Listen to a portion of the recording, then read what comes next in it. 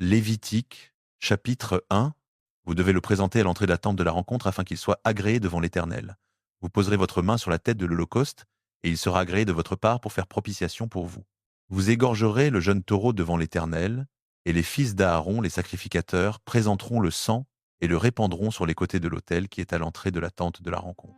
Vous dépouillerez l'Holocauste et le couperez en morceaux. Les fils d'Aaron, le sacrificateur, mettront du feu sur l'autel et arrangeront du bois sur le feu. Puis les fils d'Aaron, les sacrificateurs, disposeront les morceaux, y compris la tête et la graisse, sur le bois qui brûle sur l'autel. Vous laverez avec de l'eau les entrailles et les jambes, et le sacrificateur fera fumer tout cela sur l'autel. C'est un holocauste, un sacrifice consumé par le feu, d'une odeur agréable à l'Éternel. Si l'offrande est un holocauste du menu bétail, des brebis ou des chèvres, vous offrirez un mâle sans défaut. Vous l'égorgerez au côté septentrional de l'autel, devant l'Éternel, et les fils d'Aaron, les sacrificateurs, répandront son sang sur les côtés de l'autel.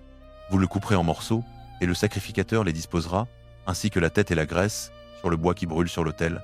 Vous laverez avec de l'eau les entrailles et les jambes, et le sacrificateur apportera le tout et le fera fumer sur l'autel.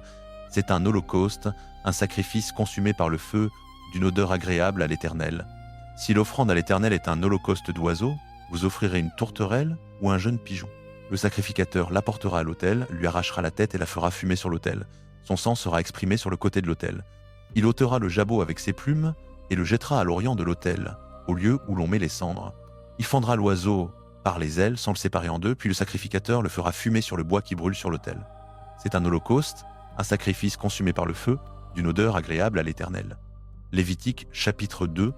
Quand quelqu'un présentera une offrande de céréales à l'Éternel, Lévitique chapitre 2. Quand vous ferez à l'Éternel une offrande en don de céréales, votre offrande sera de fleurs de farine.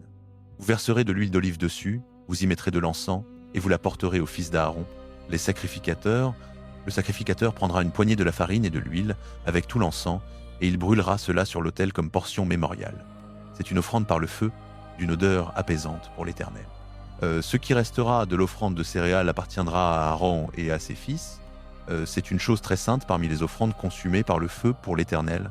Quand tu apporteras une offrande de céréales cuites au four, ce sera de la fleur de farine, des pains sans levain pétris à l'huile d'olive, ou des galettes sans levain arrosées d'huile d'olive. Si ton offrande est une offrande de céréales préparée sur la plaque, elle sera de fleur de farine pétrie à l'huile sans levain. Tu la briseras en morceaux et tu verseras de l'huile dessus. C'est une offrande de céréales. Si ton offrande est une offrande de céréales cuite dans la poêle, elle sera faite de fleur de farine avec de l'huile. Tu apporteras à l'Éternel l'offrande de céréales préparée avec ces choses, on la présentera au sacrificateur et il l'apportera vers l'autel. Le sacrificateur prélèvera de l'offrande de céréales la portion mémoriale et la brûlera sur l'autel. C'est une offrande par le feu, une odeur apaisante pour l'Éternel. Ce qui restera de l'offrande de céréales appartiendra à Aaron et à ses fils. C'est une chose très sainte parmi les offrandes consumées par le feu pour l'Éternel. Toute offrande de céréales que vous présenterez à l'Éternel sera faite sans levain, car vous ne brûlerez ni levain ni miel en offrande consumée par le feu pour l'Éternel. Vous pourrez les présenter à l'Éternel comme une offrande des premiers produits, mais ils ne seront pas offerts sur l'autel comme une odeur apaisante. Vous salerez toutes vos offrandes de céréales avec du sel. Tu ne laisseras pas manquer le sel de l'alliance de ton Dieu sur ton offrande de céréales. Tu mettras du sel sur toutes tes offrandes. Si tu présentes à l'Éternel une offrande de céréales des premiers produits, tu offriras des épis nouveaux broyés, rôtis au feu, du grain concassé. Tu mettras de l'huile et de l'encens dessus. C'est une offrande de céréales. Le sacrificateur brûlera la portion mémoriale du grain concassé et de l'huile, avec tout l'encens, comme une offrande consumée par le feu pour l'Éternel. Lévitique 3. Si son offrande est un sacrifice de communion 1, 5 esphastes. Lévitique chapitre 3. Si vous présentez un sacrifice de communion et que vous offrez un animal du gros bétail, mâle ou femelle, vous présenterez devant l'Éternel un animal sans défaut. Vous poserez votre main sur la tête de votre offrande et vous l'égorgerez à l'entrée de la tente de la réunion. Puis les fils d'Aaron, les sacrificateurs, répandront le sang sur les côtés de l'autel. Du sacrifice de communion, vous présenterez en offrande alimentaire à l'Éternel les organes internes et toute la graisse qui y est attachée, les 2 rognons avec la graisse qui les recouvre près des reins, et le grand lobe du foie, que vous détacherez en même temps que les rognons. Les fils d'Aaron brûleront cela sur l'autel, par-dessus l'holocauste qui est sur le bois embrasé. C'est une offrande alimentaire dont l'odeur est agréable à l'Éternel. Si c'est du petit bétail que vous offrez en sacrifice de communion à l'Éternel, vous offrirez un mâle ou une femelle sans défaut. Si vous offrez un agneau, vous le présenterez devant l'Éternel, vous poserez votre main sur sa tête et vous l'égorgerez devant la tente de la réunion. Puis les fils d'Aaron en répandront le sang sur les côtés de l'autel. Du sacrifice de communion, vous présenterez en offrande alimentaire à l'Éternel sa graisse, la queue entière qu'on coupera tout près de l'échine, les organes internes et toute la graisse qui y est attachée, les 2 rognons avec la graisse qui les recouvre près des reins, et le grand lobe du foie, que vous détacherez en même temps que les rognons. Le sacrificateur brûlera cela sur l'autel. C'est une offrande alimentaire présentée à l'Éternel. Si votre offrande est une chèvre, vous la présenterez devant l'Éternel, vous poserez votre main sur sa tête et vous l'égorgerez devant la tente de la réunion. Puis les fils d'Aaron en répandront le sang sur les côtés de l'autel. De ce que vous offrez, vous présenterez en offrande alimentaire à l'Éternel les organes internes et toute la graisse qui y est attachée, les 2 rognons avec la graisse qui les recouvre près des reins, et le grand lobe du foie que vous détacherez en même temps que les rognons. Le sacrificateur brûlera cela sur l'autel. C'est une offrande alimentaire dont l'odeur est agréable. Toute la graisse appartient à l'Éternel. C'est une prescription perpétuelle pour vos générations. Dans tous les lieux où vous habiterez, vous ne mangerez ni graisse ni sang. Lévitique 4. L'Éternel parla à Moïse et dit, Lévitique, chapitre 4. Le Seigneur parla à Moïse et dit, parle aux enfants d'Israël et dis-leur, lorsque quelqu'un pêche par inadvertance contre l'un quelconque des commandements du Seigneur, en faisant des choses qui sont défendues, voici ce qui devra être fait. Si c'est le prêtre ayant reçu l'onction qui pêche, de manière à rendre le peuple coupable, il offrira au Seigneur, pour le péché qu'il a commis, un jeune taureau sans défaut, en sacrifice pour le péché. Il amènera le taureau à l'entrée de la tente de la rencontre devant le Seigneur, il posera sa main sur la tête du taureau et l'égorgera devant le Seigneur. Ensuite, le prêtre, ayant reçu l'onction, prendra du sang du taureau et l'apportera dans la tente de la rencontre. Il trempera son doigt dans le sang et en fera 7 fois l'aspersion devant le Seigneur, en face du voile du sanctuaire. Le prêtre mettra du sang sur les cornes de l'autel des parfums odoriférants qui est devant le Seigneur dans la tente de la rencontre, et il versera tout le reste du sang du taureau au pied de l'autel des holocaustes qui est à l'entrée de la tente de la rencontre. Il enlèvera toute la graisse du taureau du sacrifice pour le péché, toute la graisse qui couvre les entrailles, les 2 rognons avec la graisse qui les recouvre et qui est près des flancs, ainsi que la masse graisseuse qui est sur le foie et qui détachera avec les rognons, de même qu'on les enlève du bœuf du sacrifice de communion. Le prêtre les fera brûler sur l'autel des holocaustes, mais la peau du taureau, toute sa chair, sa tête, ses jambes, ses entrailles et ses excréments, c'est-à-dire tout le reste du taureau, il l'emportera hors du camp, dans un lieu pur où l'on jette les cendres, et il le brûlera au feu. Sur du bois, c'est sur le tas de cendres qu'il sera brûlé. Si c'est toute l'assemblée d'Israël qui pêche par inadvertance et fait, sans s'en apercevoir, quelque chose de défendu par les commandements du Seigneur, et qu'elle se rende coupable, lorsque le péché qu'ils ont commis sera connu, l'assemblée offrira un jeune taureau en sacrifice pour le péché, et on l'amènera devant la tente de la rencontre. Les anciens de l'assemblée poseront leurs mains sur la tête du taureau devant le Seigneur, et on égorgera le taureau devant le Seigneur. Le prêtre ayant reçu l'onction apportera du sang du taureau dans la tente de la rencontre. Il trempera son doigt dans le sang et en fera 7 fois l'aspersion devant le Seigneur, en face du voile. Il mettra du sang sur les cornes de l'autel qui est devant le Seigneur dans la tente de la rencontre, et il versera tout le reste du sang au pied de l'autel des holocaustes qui est à l'entrée de la tente de la rencontre. Il enlèvera toute la graisse du taureau et la fera brûler sur l'autel. On fera de ce taureau comme on a fait du taureau du sacrifice pour le péché, on en fera de même. C'est ainsi que le prêtre fera pour eux l'expiation, et il leur sera pardonné. On emportera le taureau hors du camp, et on le brûlera comme on a brûlé le premier taureau. C'est le sacrifice pour le péché de l'assemblée.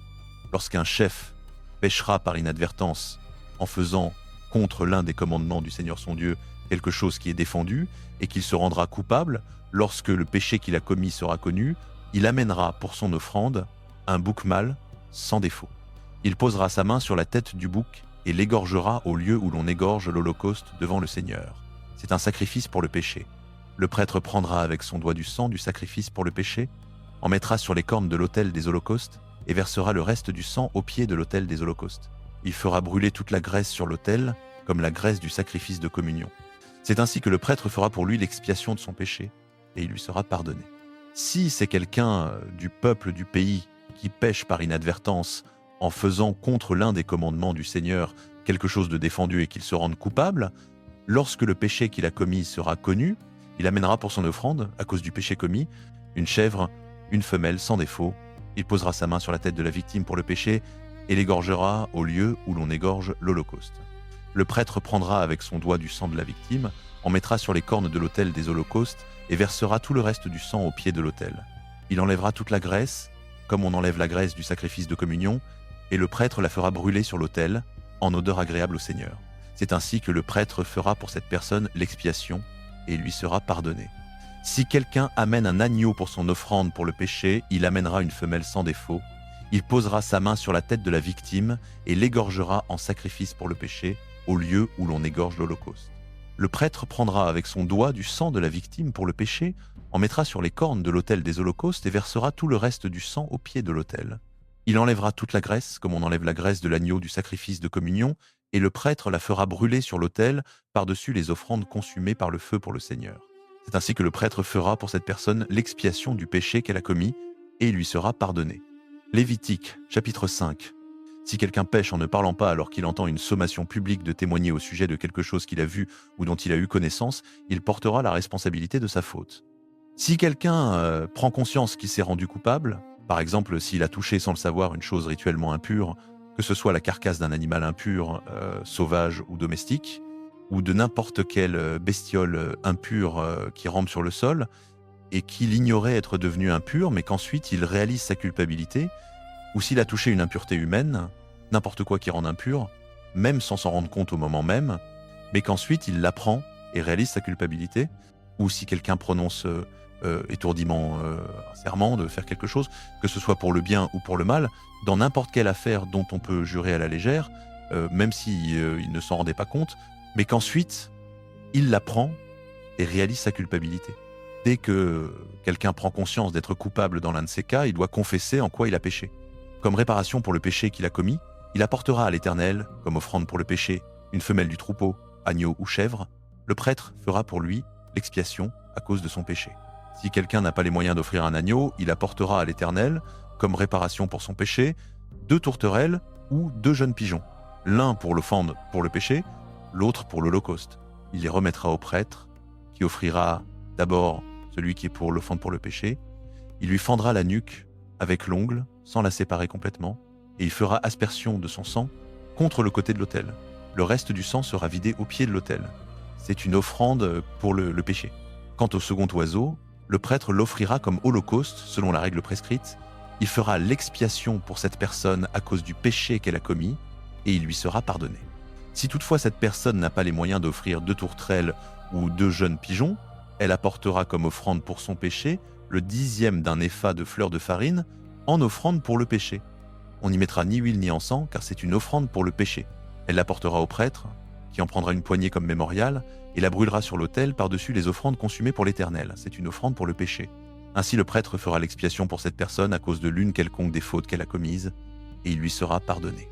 Ce qui reste de l'offrande appartiendra au prêtre, comme dans le cas de l'offrande de céréales. L'Éternel parla à Moïse et dit si quelqu'un commet une infidélité envers l'Éternel en péchant par inadvertance à l'égard des choses saintes de l'Éternel, il apportera à l'Éternel comme sacrifice de réparation un bélier du troupeau, sans défaut, d'une valeur fixée en cycle d'argent selon le cycle du sanctuaire. C'est un sacrifice de réparation. Il restituera ce en quoi il a manqué à l'égard des choses saintes, il ajoutera un 5e de la valeur et le donnera au prêtre. Le prêtre fera pour lui l'expiation avec le bélier du sacrifice de réparation et il lui sera pardonné. Si quelqu'un pêche en faisant sans le savoir quelque chose que les commandements de l'Éternel interdisent, il est coupable et portera la responsabilité de sa faute. Il apportera au prêtre comme sacrifice de réparation un bélier du troupeau sans défaut d'une valeur fixée.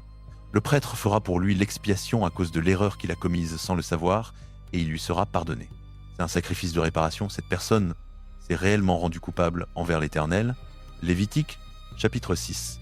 L'Éternel parla à Moïse et dit « Si quelqu'un pêche et commet une infidélité envers l'Éternel, en mentant à son prochain au sujet d'un dépôt ou d'un objet remis entre ses mains ou d'un vol, ou s'il opprime son prochain, ou s'il trouve un objet perdu et ment à ce sujet, ou s'il fait un faux serment au sujet de l'une quelconque des choses dans lesquelles l'homme peut pécher, alors, lorsqu'il aura ainsi péché et qu'il se reconnaîtra coupable, il restituera ce qu'il a volé ou extorqué, ou le dépôt qui lui avait été confié, ou l'objet perdu qu'il a trouvé, ou tout ce au sujet de quoi il a fait un faux serment.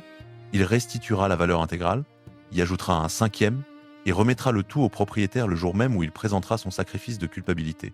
Comme pénalité, il amènera au sacrificateur, c'est-à-dire à l'Éternel, son sacrifice de culpabilité, un bélier du troupeau, sans défaut, de la valeur fixée.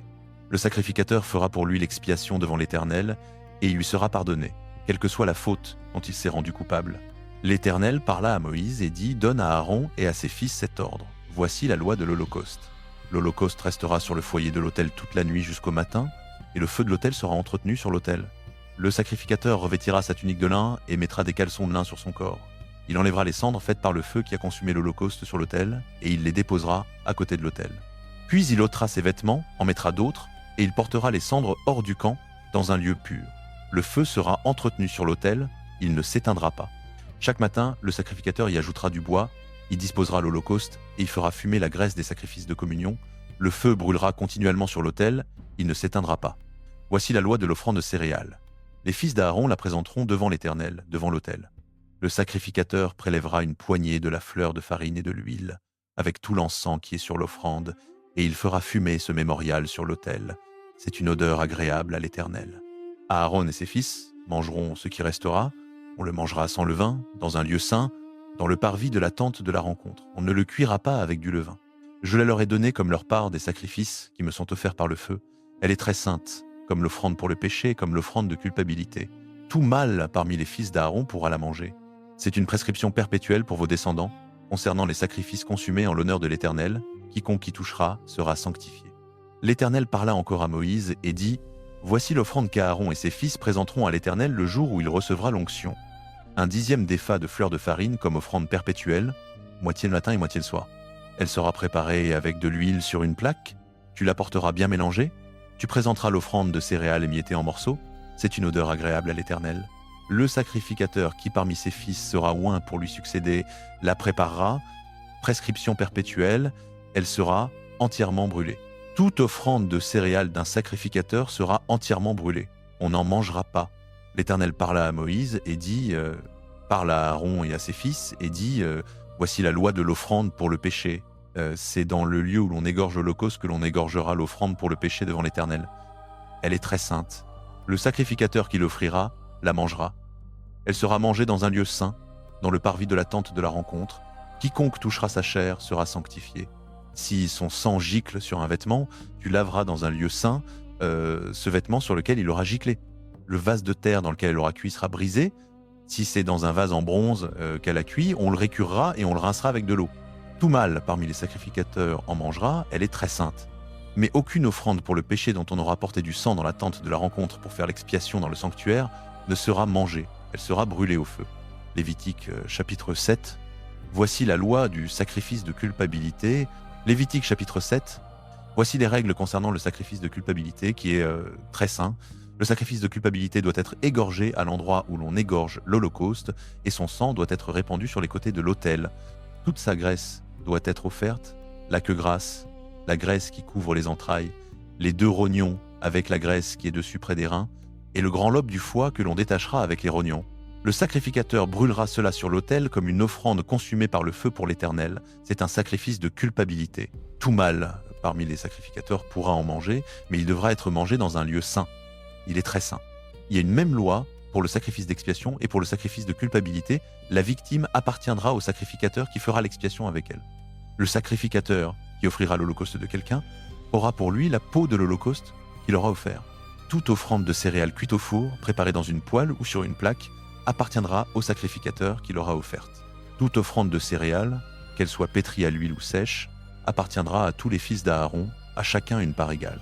Voici les règles concernant le sacrifice de communion que l'on présentera à l'Éternel. Si quelqu'un l'offre en action de grâce, il offrira, avec le sacrifice d'action de grâce, des gâteaux sans levain pétris à l'huile, des galettes sans levain arrosées d'huile, et des gâteaux de fleurs de farine bien pétris et arrosés d'huile. Avec ces sacrifices de communion en action de grâce, il présentera une offrande de pain levé. De chaque offrande, il présentera une part comme prélèvement pour l'Éternel. Elle appartiendra au sacrificateur qui aura répandu le sang du sacrifice de communion. La chair du sacrifice de communion en action de grâce sera mangée le jour où il est offert. On n'en laissera rien jusqu'au matin. Mais si le sacrifice qu'on offre est l'accomplissement d'un vœu ou s'il est volontaire, la victime sera mangée le jour où on l'aura offerte et ce qui en restera sera mangé le lendemain. Mais ce qui restera de la chair du sacrifice le 3e jour sera brûlé au feu. Si l'on mange de la chair du sacrifice de communion le 3e jour, celui qui l'aura offert ne sera pas agréé. Il ne lui sera pas compté, car elle est devenue impure. et celui qui en mangera portera la peine de son péché. La chair qui aura touché quelque chose d'impur ne sera point mangée, elle sera brûlée au feu. Quant à la chair pure, toute personne pure pourra en manger. Mais celui qui étant impur mangera de la chair du sacrifice de communion qui appartient à l'Éternel sera retranché de son peuple. Celui qui touchera quelque chose d'impur, impureté humaine, animal impur ou toute chose abominable impure, et qui mangera de la chair du sacrifice de communion qui appartient à l'Éternel, sera retranché de son peuple. L'Éternel parla à Moïse et dit: Parle aux Israélites et dis-leur, vous ne mangerez aucune graisse de bœuf, d'agneau ni de chèvre. La graisse d'une bête morte ou déchirée par une bête sauvage pourra servir à toutes sortes d'usages, mais vous n'en mangerez en aucun cas. Car celui qui mangera de la graisse d'un animal dont on offre une offrande consumée par le feu à l'Éternel sera retranché de son peuple. Où que vous habitiez, vous ne mangerez le sang d'aucun oiseau, ni d'aucun animal. Quiconque mangera du sang, quel qu'il soit, sera retranché de son peuple. L'Éternel parla à Moïse et dit: Parle aux Israélites et dis-leur, celui qui offrira un sacrifice de communion à l'Éternel apportera son offrande à l'Éternel, prise sur son sacrifice de communion. De ses propres mains, il apportera les offrandes consumées par le feu pour l'Éternel. Il apportera la graisse avec la poitrine, et il agitera la poitrine comme offrande agitée devant l'Éternel. Le sacrificateur brûlera la graisse sur l'autel, et la poitrine appartiendra à Aaron et à ses fils. Vous donnerez au sacrificateur comme prélèvement la cuisse droite de vos sacrifices de communion. Celui des fils d'Aaron qui offrira le sang et la graisse du sacrifice de communion aura la cuisse droite pour sa part. Car j'ai pris sur les sacrifices de communion des Israélites la poitrine qu'on agite et la cuisse qu'on prélève, et je les ai donnés au sacrificateur Aaron et à ses fils comme droit perpétuel de la part des Israélites. Telle est la part des offrandes consumées par le feu pour l'Éternel qui revient à Aaron et à ses fils, le jour où ils furent présentés pour être sacrificateurs de l'Éternel, le jour où ils furent oints, l'Éternel ordonna que les Israélites la leur donnent, comme droit perpétuel d'âge en âge. Telles sont les lois concernant l'Holocauste, l'offrande de céréales, le sacrifice d'expiation, le sacrifice de culpabilité, le sacrifice d'installation et le sacrifice de communion que l'Éternel donna à Moïse sur la montagne de Sinaï, dans le désert de Sinaï, le jour où il ordonna aux Israélites de présenter leurs offrandes à l'Éternel. Lévitique chapitre 8, l'Éternel parla à Moïse et dit: Fais approcher à Aaron et ses fils les vêtements, l'huile d'onction, le taureau du sacrifice pour le péché, les 2 béliers et la corbeille des pains sans levain. Rassemble aussi toute l'assemblée à l'entrée de la tente de la réunion. Moïse fit comme l'Éternel le lui avait ordonné, et l'assemblée se réunit à l'entrée de la tente de la réunion. Moïse dit à l'assemblée: Voici ce que l'Éternel a ordonné de faire. Alors Moïse fit approcher Aaron et ses fils, et il les lava avec de l'eau. Il mit la tunique à Aaron, le ceignit de la ceinture, le revêtit de la robe, posa sur lui l'éphod, et le serra avec la ceinture richement travaillée de l'éphod dont il l'entoura. Il plaça sur lui le pectoral et mit dans le pectoral les Urim et les Thummim. Il posa la tiare sur la tête d'Aaron et fixa sur le devant de la tiare la lame d'or, le saint diadème, comme l'Éternel l'avait ordonné à Moïse. Moïse prit l'huile d'onction, oignit le tabernacle et tout ce qui s'y trouvait, et les consacra ainsi. Il en fit 7 fois l'aspersion sur l'autel, oignit l'autel et tous ses ustensiles, ainsi que la cuve avec son support, afin de les consacrer. Il répandit de l'huile d'onction sur la tête d'Aaron et l'oignit pour le consacrer. Ensuite, il fit approcher les fils d'Aaron, leur mit des tuniques, les ceignit de ceinture et leur attacha des bonnets, comme l'Éternel l'avait ordonné à Moïse. Il fit avancer le taureau du sacrifice pour le péché. Aaron et ses fils posèrent leurs mains sur la tête du taureau du sacrifice pour le péché. Moïse l'égorgea, prit du sang et en mit avec son doigt sur les cornes de l'autel tout autour pour purifier l'autel. Il versa le reste du sang au pied de l'autel et le consacra ainsi afin de faire propitiation sur lui. Moïse prit toute la graisse qui couvre les organes internes, le grand lobe du foie, les 2 rognons et leur graisse, et les fit brûler sur l'autel. Mais le taureau, sa peau, sa chair et ses excréments, il les brûla hors du camp, comme l'Éternel l'avait ordonné à Moïse. Il fit avancer le bélier de l'Holocauste. Aaron et ses fils posèrent leurs mains sur la tête du bélier. Moïse l'égorgea et répandit le sang sur les côtés de l'autel. Il coupa le bélier en morceaux, fit brûler la tête, les morceaux et la graisse. Il lava avec de l'eau les organes internes et les jambes. Puis il fit brûler le bélier entier sur l'autel. C'était un holocauste dont l'odeur fut agréable, une offrande consumée par le feu à l'Éternel, comme l'Éternel l'avait ordonné à Moïse. Il fit avancer l'autre bélier, le bélier de la consécration. Aaron et ses fils posèrent leurs mains sur la tête du bélier. Moïse l'égorgea, prit de son sang et en mit sur le lobe de l'oreille droite d'Aaron, sur le pouce de sa main droite et sur le gros orteil de son pied droit. Moïse fit aussi approcher les fils d'Aaron et mit de ce sang sur le lobe de leur oreille droite, sur le pouce de leur main droite et sur le gros orteil de leur pied droit. Puis il répandit le sang sur les côtés de l'autel. Ensuite, il prit la graisse, la queue entière, toute la graisse qui couvre les organes internes, le grand lobe du foie, les 2 rognons et leur graisse, ainsi que la cuisse droite. De la corbeille des pains sans levain qui était devant l'Éternel, il prit un pain sans levain, un pain à l'huile et une galette, et les posa sur les graisses et sur la cuisse droite. Il mit le tout dans les mains d'Aaron et dans les mains de ses fils, et ils les balancèrent comme offrande balancée devant l'Éternel. Moïse les reprit de leurs mains et les fit brûler sur l'autel, par-dessus l'holocauste. C'était le sacrifice de consécration dont l'odeur fut agréable, une offrande consumée par le feu à l'Éternel. Moïse prit le poitrine, qui était sa part du bélier de consécration, et la balança comme offrande balancée devant l'Éternel, comme l'Éternel l'avait ordonné à Moïse. Moïse prit de l'huile d'onction et du sang qui était sur l'autel, en aspergea Aaron et ses vêtements, ainsi que ses fils et leurs vêtements. Il consacra ainsi Aaron et ses vêtements, ses fils et leurs vêtements. Moïse dit à Aaron et à ses fils, « Faites cuire la chair à l'entrée de la tente de la réunion, et mangez-la là avec le pain qui est dans la corbeille des offrandes de consécration, comme cela m'a été ordonné. Aaron et ses fils la mangeront. Vous brûlerez ce qui restera de la chair et du pain. Vous ne sortirez pas pendant 7 jours de l'entrée de la tente de la réunion, jusqu'à ce que les jours de votre consécration soient accomplis, car votre consécration durera 7 jours. » Ce qui a été fait aujourd'hui, l'Éternel l'a ordonné pour faire propitiation pour vous. Vous resterez donc 7 jours, jour et nuit, à l'entrée de la tente de la réunion, et vous observerez les prescriptions de l'Éternel, afin de ne pas mourir, car c'est là ce qui m'a été ordonné. Aaron et ses fils firent toutes les choses que l'Éternel avait ordonnées par l'intermédiaire de Moïse. Lévitique, chapitre 9. Le 8e jour, Moïse appela Aaron, ses fils et les anciens d'Israël. Il dit à Aaron, « Prends un jeune taureau pour ton sacrifice pour le péché et un bélier pour ton holocauste, tous 2 sans défaut, et présente-les devant le Seigneur. Puis tu diras aux enfants d'Israël, « Prenez un bouc pour le sacrifice pour le péché, un veau et un agneau âgés d'1 an et sans défaut pour l'holocauste, un bœuf et un bélier pour le sacrifice de communion à offrir devant le Seigneur, avec une offrande de fleurs de farine pétrie à l'huile, car aujourd'hui le Seigneur vous apparaîtra. » Ils amenèrent devant la tente de la rencontre ce que Moïse avait ordonné. Toute l'assemblée s'approcha et se tint debout devant le Seigneur. Moïse dit, « Voici ce que le Seigneur vous a ordonné de faire, afin que la gloire du Seigneur vous apparaisse. » Moïse dit à Aaron, « Approche-toi de l'autel, offre ton sacrifice pour le péché et ton holocauste, fais l'expiation pour toi et pour le peuple, offre le sacrifice qui est pour le peuple et fais l'expiation pour eux, comme le Seigneur l'a ordonné. » Aaron s'approcha donc de l'autel et égorgea le veau du sacrifice pour son propre péché. Les fils d'Aaron lui présentèrent le sang, il trempa son doigt, en mit sur les cornes de l'autel et versa le reste du sang au pied de l'autel. Il fit brûler sur l'autel la graisse, les rognons et la masse graisseuse du foie du sacrifice pour le péché, comme le Seigneur l'avait ordonné à Moïse. Quant à la chair et à la peau, il les brûla au feu hors du camp. Ensuite, il égorgea l'holocauste. Les fils d'Aaron lui présentèrent le sang et il en aspergea les côtés de l'autel tout autour. Ils lui présentèrent l'holocauste morceau par morceau, y compris la tête, et il les fit brûler sur l'autel. Il lava les entrailles et les jambes et les fit brûler par-dessus l'holocauste sur l'autel. Aaron présenta ensuite l'offrande qui était pour le peuple. Il prit le bouc du sacrifice pour le péché du peuple, l'égorgea et l'offrit pour le péché, comme il avait fait pour le premier. Il présenta l'holocauste et le fit selon le rite prescrit. Il présenta aussi l'offrande de fleurs de farine, en prit une poignée et la fit brûler sur l'autel, en plus de l'holocauste du matin.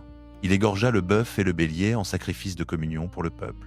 Les fils d'Aaron lui présentèrent le sang et il en aspergea les côtés de l'autel tout autour. Quant aux parties grasses du bœuf et du bélier, la queue grasse, la graisse qui couvre les entrailles, les rognons et la masse graisseuse du foie, ils les posèrent sur les poitrines, puis Aaron fit brûler ces parties grasses sur l'autel. Il fit devant le Seigneur le geste de présentation avec les poitrines et la cuisse droite, comme Moïse l'avait ordonné. Aaron leva ensuite les mains vers le peuple et le bénit. Ayant achevé le sacrifice pour le péché, l'holocauste et le sacrifice de communion, il descendit. Moïse et Aaron entrèrent dans la tente de la rencontre. Lorsqu'ils sortirent, ils bénirent le peuple, et la gloire du Seigneur apparut à tout le peuple. Un feu sortit de devant le Seigneur et consuma sur l'autel l'holocauste et les parties grasses. Tout le peuple le vit, poussa des cris de joie et tomba la face contre terre. Lévitique chapitre 10. Nadab et Abihu prirent chacun leur brasier, y mirent du feu et déposèrent dessus de l'encens. Ils présentèrent devant l'Éternel un feu étranger, ce que l'Éternel ne leur avait pas ordonné. Alors un feu sortit de devant l'Éternel, les consuma, et ils moururent devant l'Éternel. Moïse dit alors à Aaron, « C'est ce que l'Éternel a déclaré lorsqu'il a dit, « Je serai sanctifié par ceux qui s'approchent de moi et glorifié devant tout le peuple. » Aaron se tut. Moïse appela Michaël et Elsaphan, fils d'Uziel, oncle d'Aaron, et leur dit « Approchez, emportez vos frères loin du devant du sanctuaire, hors du camp. » Ils s'approchèrent donc et les emportèrent, encore revêtus de leurs tuniques, hors du camp, comme Moïse l'avait ordonné. Moïse dit à Aaron ainsi qu'à Éléazar et Ithamar, ses fils qui restaient, « Ne laissez pas vos cheveux en désordre et ne déchirez pas vos vêtements, de peur que vous ne mouriez et que la colère n'éclate contre toute l'assemblée, mais que vos frères, toute la maison d'Israël, pleurent sur l'embrasement que l'Éternel a allumé. Ne vous éloignez pas de l'entrée de la tente de la rencontre, de peur que vous ne mouriez, car l'huile de l'onction de l'Éternel est sur vous. » Ils firent selon la parole de Moïse. L'Éternel parla à Aaron et dit « Toi et tes fils, avec toi, vous ne boirez ni vin ni boisson enivrante lorsque vous entrerez dans la tente de la rencontre, afin que vous ne mouriez pas. C'est une loi perpétuelle pour vos générations, afin que vous puissiez distinguer entre le saint et le profane, entre l'impur et le pur, et afin que vous enseigniez aux fils d'Israël toutes les lois que l'Éternel leur a données par l'intermédiaire de Moïse. » Moïse dit à Aaron ainsi qu'à Éléazar et Ithamar, ses fils qui restaient, « Prenez l'offrande de céréales qui reste des offrandes consumées pour l'Éternel, faites sans levain et mangez-la à côté de l'autel, car elle est très sainte. Vous la mangerez dans l'enceinte du sanctuaire, car c'est ta part et la part de tes fils parmi les offrandes consumées pour l'Éternel, ainsi en ai-je reçu l'ordre. Quant à la poitrine qu'on a agitée et à la cuisse qu'on a prélevée, vous les mangerez, toi, tes fils et tes filles avec toi, dans un lieu rituellement pur, car elles vous ont été données comme part, à toi et à tes enfants, sur les sacrifices de communion des fils d'Israël. On apportera la cuisse prélevée et la poitrine agitée, avec les graisses des offrandes consumées, pour être agitées en offrande agitée devant l'Éternel. Ce sera, pour toi et pour tes fils avec toi, une part perpétuelle, comme l'Éternel l'a ordonné. Moïse s'informa soigneusement du bouc du sacrifice pour le péché, et voici qu'il avait été brûlé. Il se mit en colère contre Éléazar et Ithamar, les fils qui restaient à Aaron, et dit « Pourquoi n'avez-vous pas mangé le sacrifice pour le péché dans l'enceinte du sanctuaire ? Car il est très saint, et il vous a été donné pour ôter la faute de l'assemblée, en faisant pour elle l'expiation devant l'Éternel. Voici, son sang n'a pas été porté à l'intérieur du sanctuaire, vous auriez dû le manger dans le sanctuaire, comme je l'avais ordonné. » Aaron répondit à Moïse « Voici qu'aujourd'hui ils ont offert leur sacrifice pour le péché et leur holocauste devant l'Éternel, et des malheurs comme ceux-ci me sont arrivés. Si j'avais aujourd'hui mangé le sacrifice pour le péché, cela aurait-il été bien aux yeux de l'Éternel? » Lorsque Moïse entendit cela, il fut satisfait. Lévitique, chapitre 11. L'Éternel parla à Moïse et à Aaron, et leur dit « Parlez aux fils d'Israël et dites. » Lévitique, chapitre 11. Parlez aux fils d'Israël et dites « Voici, parmi tous les animaux qui vivent sur la terre, ceux que vous pourrez manger. Vous mangerez tout animal qui a le sabot divisé et fendu en deux et qui rumine. Mais parmi ceux qui ruminent ou qui ont le sabot divisé, vous ne mangerez pas ceci. Le chameau, car il rumine mais n'a pas le sabot divisé, il sera impur pour vous. Le daman, car il rumine mais n'a pas le sabot divisé, il sera impur pour vous. Le lièvre, car il rumine mais n'a pas le sabot divisé, il sera impur pour vous. Le porc, car il a le sabot divisé et fendu, mais il ne rumine pas, il sera impur pour vous. Vous ne mangerez pas de leur chair et vous ne toucherez pas leurs cadavres. Ils seront impurs pour vous. Parmi toutes les créatures qui vivent dans l'eau, dans les mers et dans les fleuves, vous mangerez celles qui ont des nageoires et des écailles. Mais toutes celles qui n'ont ni nageoires ni écailles dans les mers et dans les fleuves, parmi tous ceux qui grouillent dans les eaux et parmi toutes les créatures vivantes qui s'y trouvent, vous les aurez en abomination. Elles seront pour vous une abomination. Vous ne mangerez pas de leur chair et vous aurez en abomination leurs cadavres. Tout ce qui dans les eaux n'a ni nageoires ni écailles sera pour vous une abomination. Voici les oiseaux que vous aurez en abomination, on n'en mangera pas, ils seront une abomination. L'aigle, l'orfraie et l'aigle de mer, le milan et toutes les espèces de vautours, toutes les espèces de corbeaux, l'autruche, le hibou, la mouette et toutes les espèces d'éperviers, le chat-huant, le cormoran et le duc, la chouette, le plongeon et l'ibis, le pélican, le vautour blanc, le héron, toutes les espèces de hérons, la huppe et la chauve-souris, tout insecte ailé qui marche sur quatre pattes sera pour vous une abomination. Cependant, parmi tous les insectes ailés qui marchent sur quatre pattes, vous pourrez manger ceux qui ont des pattes articulées au-dessus de leurs pieds pour sauter sur la terre. Voici ceux que vous pourrez manger. Toutes les espèces de sauterelles, de solames, de argoles et de agabes selon leurs espèces. Mais tout autre insecte ailé qui a quatre pattes sera pour vous une abomination. Vous vous rendrez impur par ces animaux. Quiconque touchera leur cadavre sera impur jusqu'au soir. Quiconque portera leur cadavre lavera ses vêtements et sera impur jusqu'au soir. Tout animal qui n'a pas le sabot divisé ou qui ne rumine pas sera impur pour vous. Quiconque le touchera sera impur. Parmi tous les animaux qui marchent sur quatre pattes, ceux qui marchent sur leurs pattes seront impurs pour vous. Quiconque touchera leur cadavre sera impur jusqu'au soir. Celui qui portera leur cadavre lavera ses vêtements et sera impur jusqu'au soir. Ils seront impurs pour vous. Parmi les animaux qui rampent sur la terre, voici ceux qui seront impurs pour vous. La taupe, la souris, toutes les espèces de lézards, le varan, la salamandre, l'asynque et le caméléon. Parmi tous ceux qui rampent, ceux-là seront impurs pour vous. Quiconque les touchera mort sera impur jusqu'au soir. Tout objet sur lequel tombera l'un d'eux mort sera impur, que ce soit un objet de bois, un vêtement, une peau, un sac, quel que soit son usage, on le mettra dans l'eau, il sera impur jusqu'au soir, puis il sera pur. S'il en tombe dans un vase de terre, tout ce qui s'y trouve sera impur et vous briserez le vase. Tout aliment permis qui aura été arrosé par l'eau de ce vase sera impur, et toute boisson qu'on boira dans un tel vase sera impure. Tout objet sur lequel tombera l'un de leurs cadavres sera impur. Le four ou le foyer sera démoli. Ils sont impurs, et vous les regarderez comme impurs. Toutefois, une source ou une citerne où s'amasse l'eau restera pure, mais celui qui touchera le cadavre sera impur. Si un de leurs cadavres tombe sur une semence qu'on veut semer, elle restera pure. Mais si l'on a mis de l'eau sur la semence et qu'un de leurs cadavres y tombe, elle sera impure pour vous. Si un animal dont vous avez le droit de manger meurt, celui qui touchera son cadavre sera impur jusqu'au soir. Celui qui mangera de son cadavre lavera ses vêtements et sera impur jusqu'au soir. Celui qui portera son cadavre lavera ses vêtements et sera impur jusqu'au soir. Tout animal qui rampe sur la terre est une abomination, on n'en mangera pas. Vous ne mangerez d'aucun animal qui se traîne sur le ventre, ni de ceux qui marchent sur 4 pattes ou sur un grand nombre de pattes parmi tous ceux qui rampent sur la terre, car ils sont une abomination. Ne vous rendez pas vous-même abominable par tous ces animaux qui rampent, ne vous rendez pas impur par eux, et ne vous souillez pas par eux. Car je suis l'Éternel votre Dieu. Sanctifiez-vous et soyez saints, car je suis saint. Ne vous rendez pas impurs par tous ces animaux qui rampent sur la terre, car je suis l'Éternel qui vous ai fait monter du pays d'Égypte pour être votre Dieu. Soyez saints, car je suis saint. Telle est la loi touchant les quadrupèdes, les oiseaux, tous les êtres vivants qui se meuvent dans les eaux et tous les animaux qui rampent sur la terre, afin que vous distinguiez ce qui est impur et ce qui est pur, l'animal qu'on peut manger et l'animal qu'on ne doit pas manger. Lévitique, chapitre 12.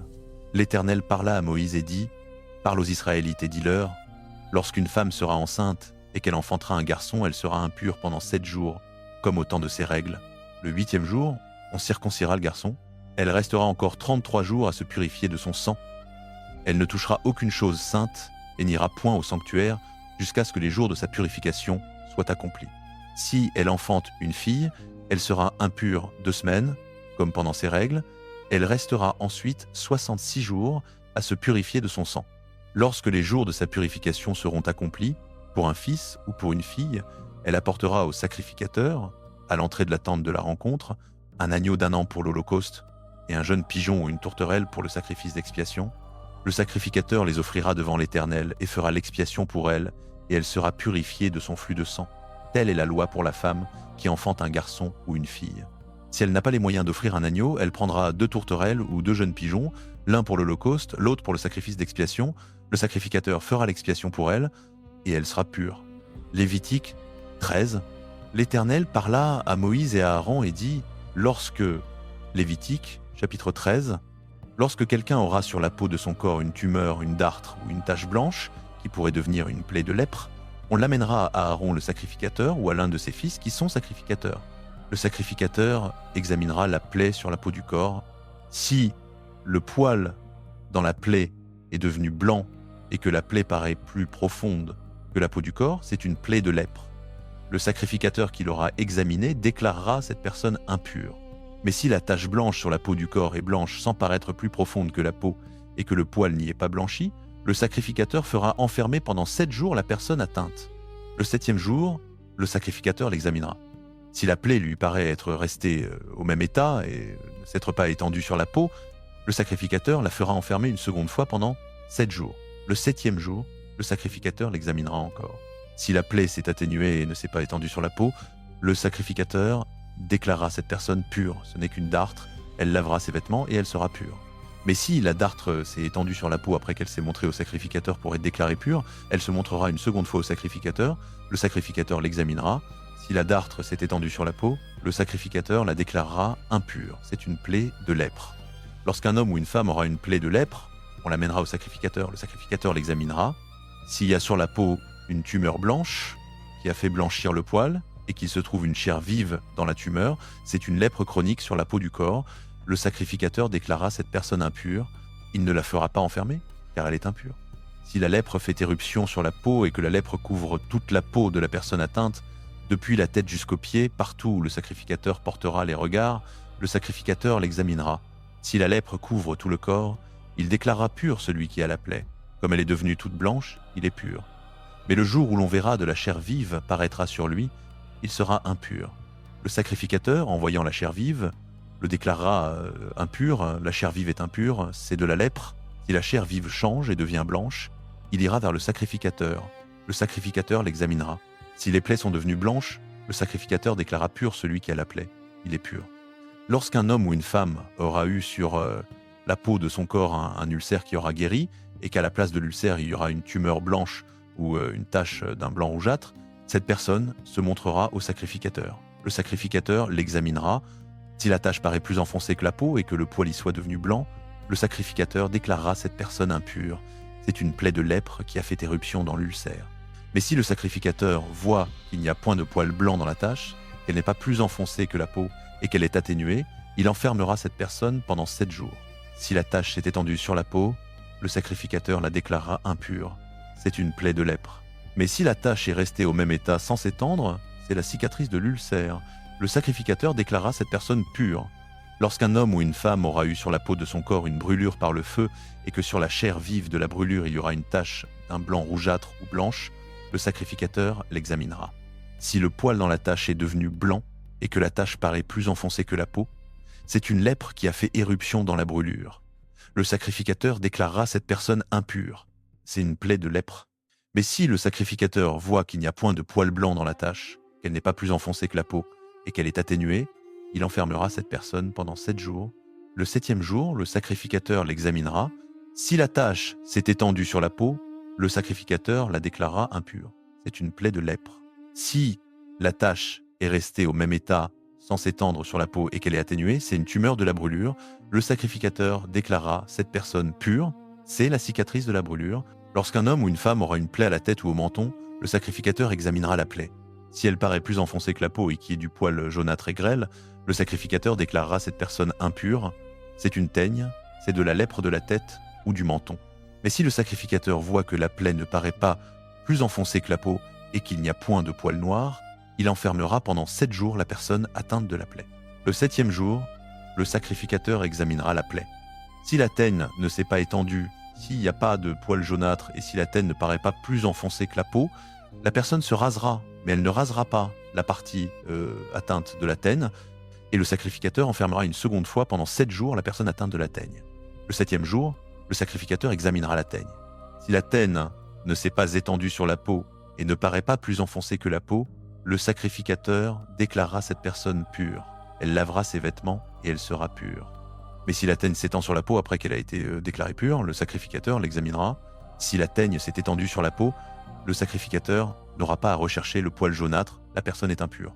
Si la teigne lui paraît être restée au même état et qu'il y ait poussé du poil noir, la teigne est guérie, la personne est pure et le sacrificateur la déclarera pure.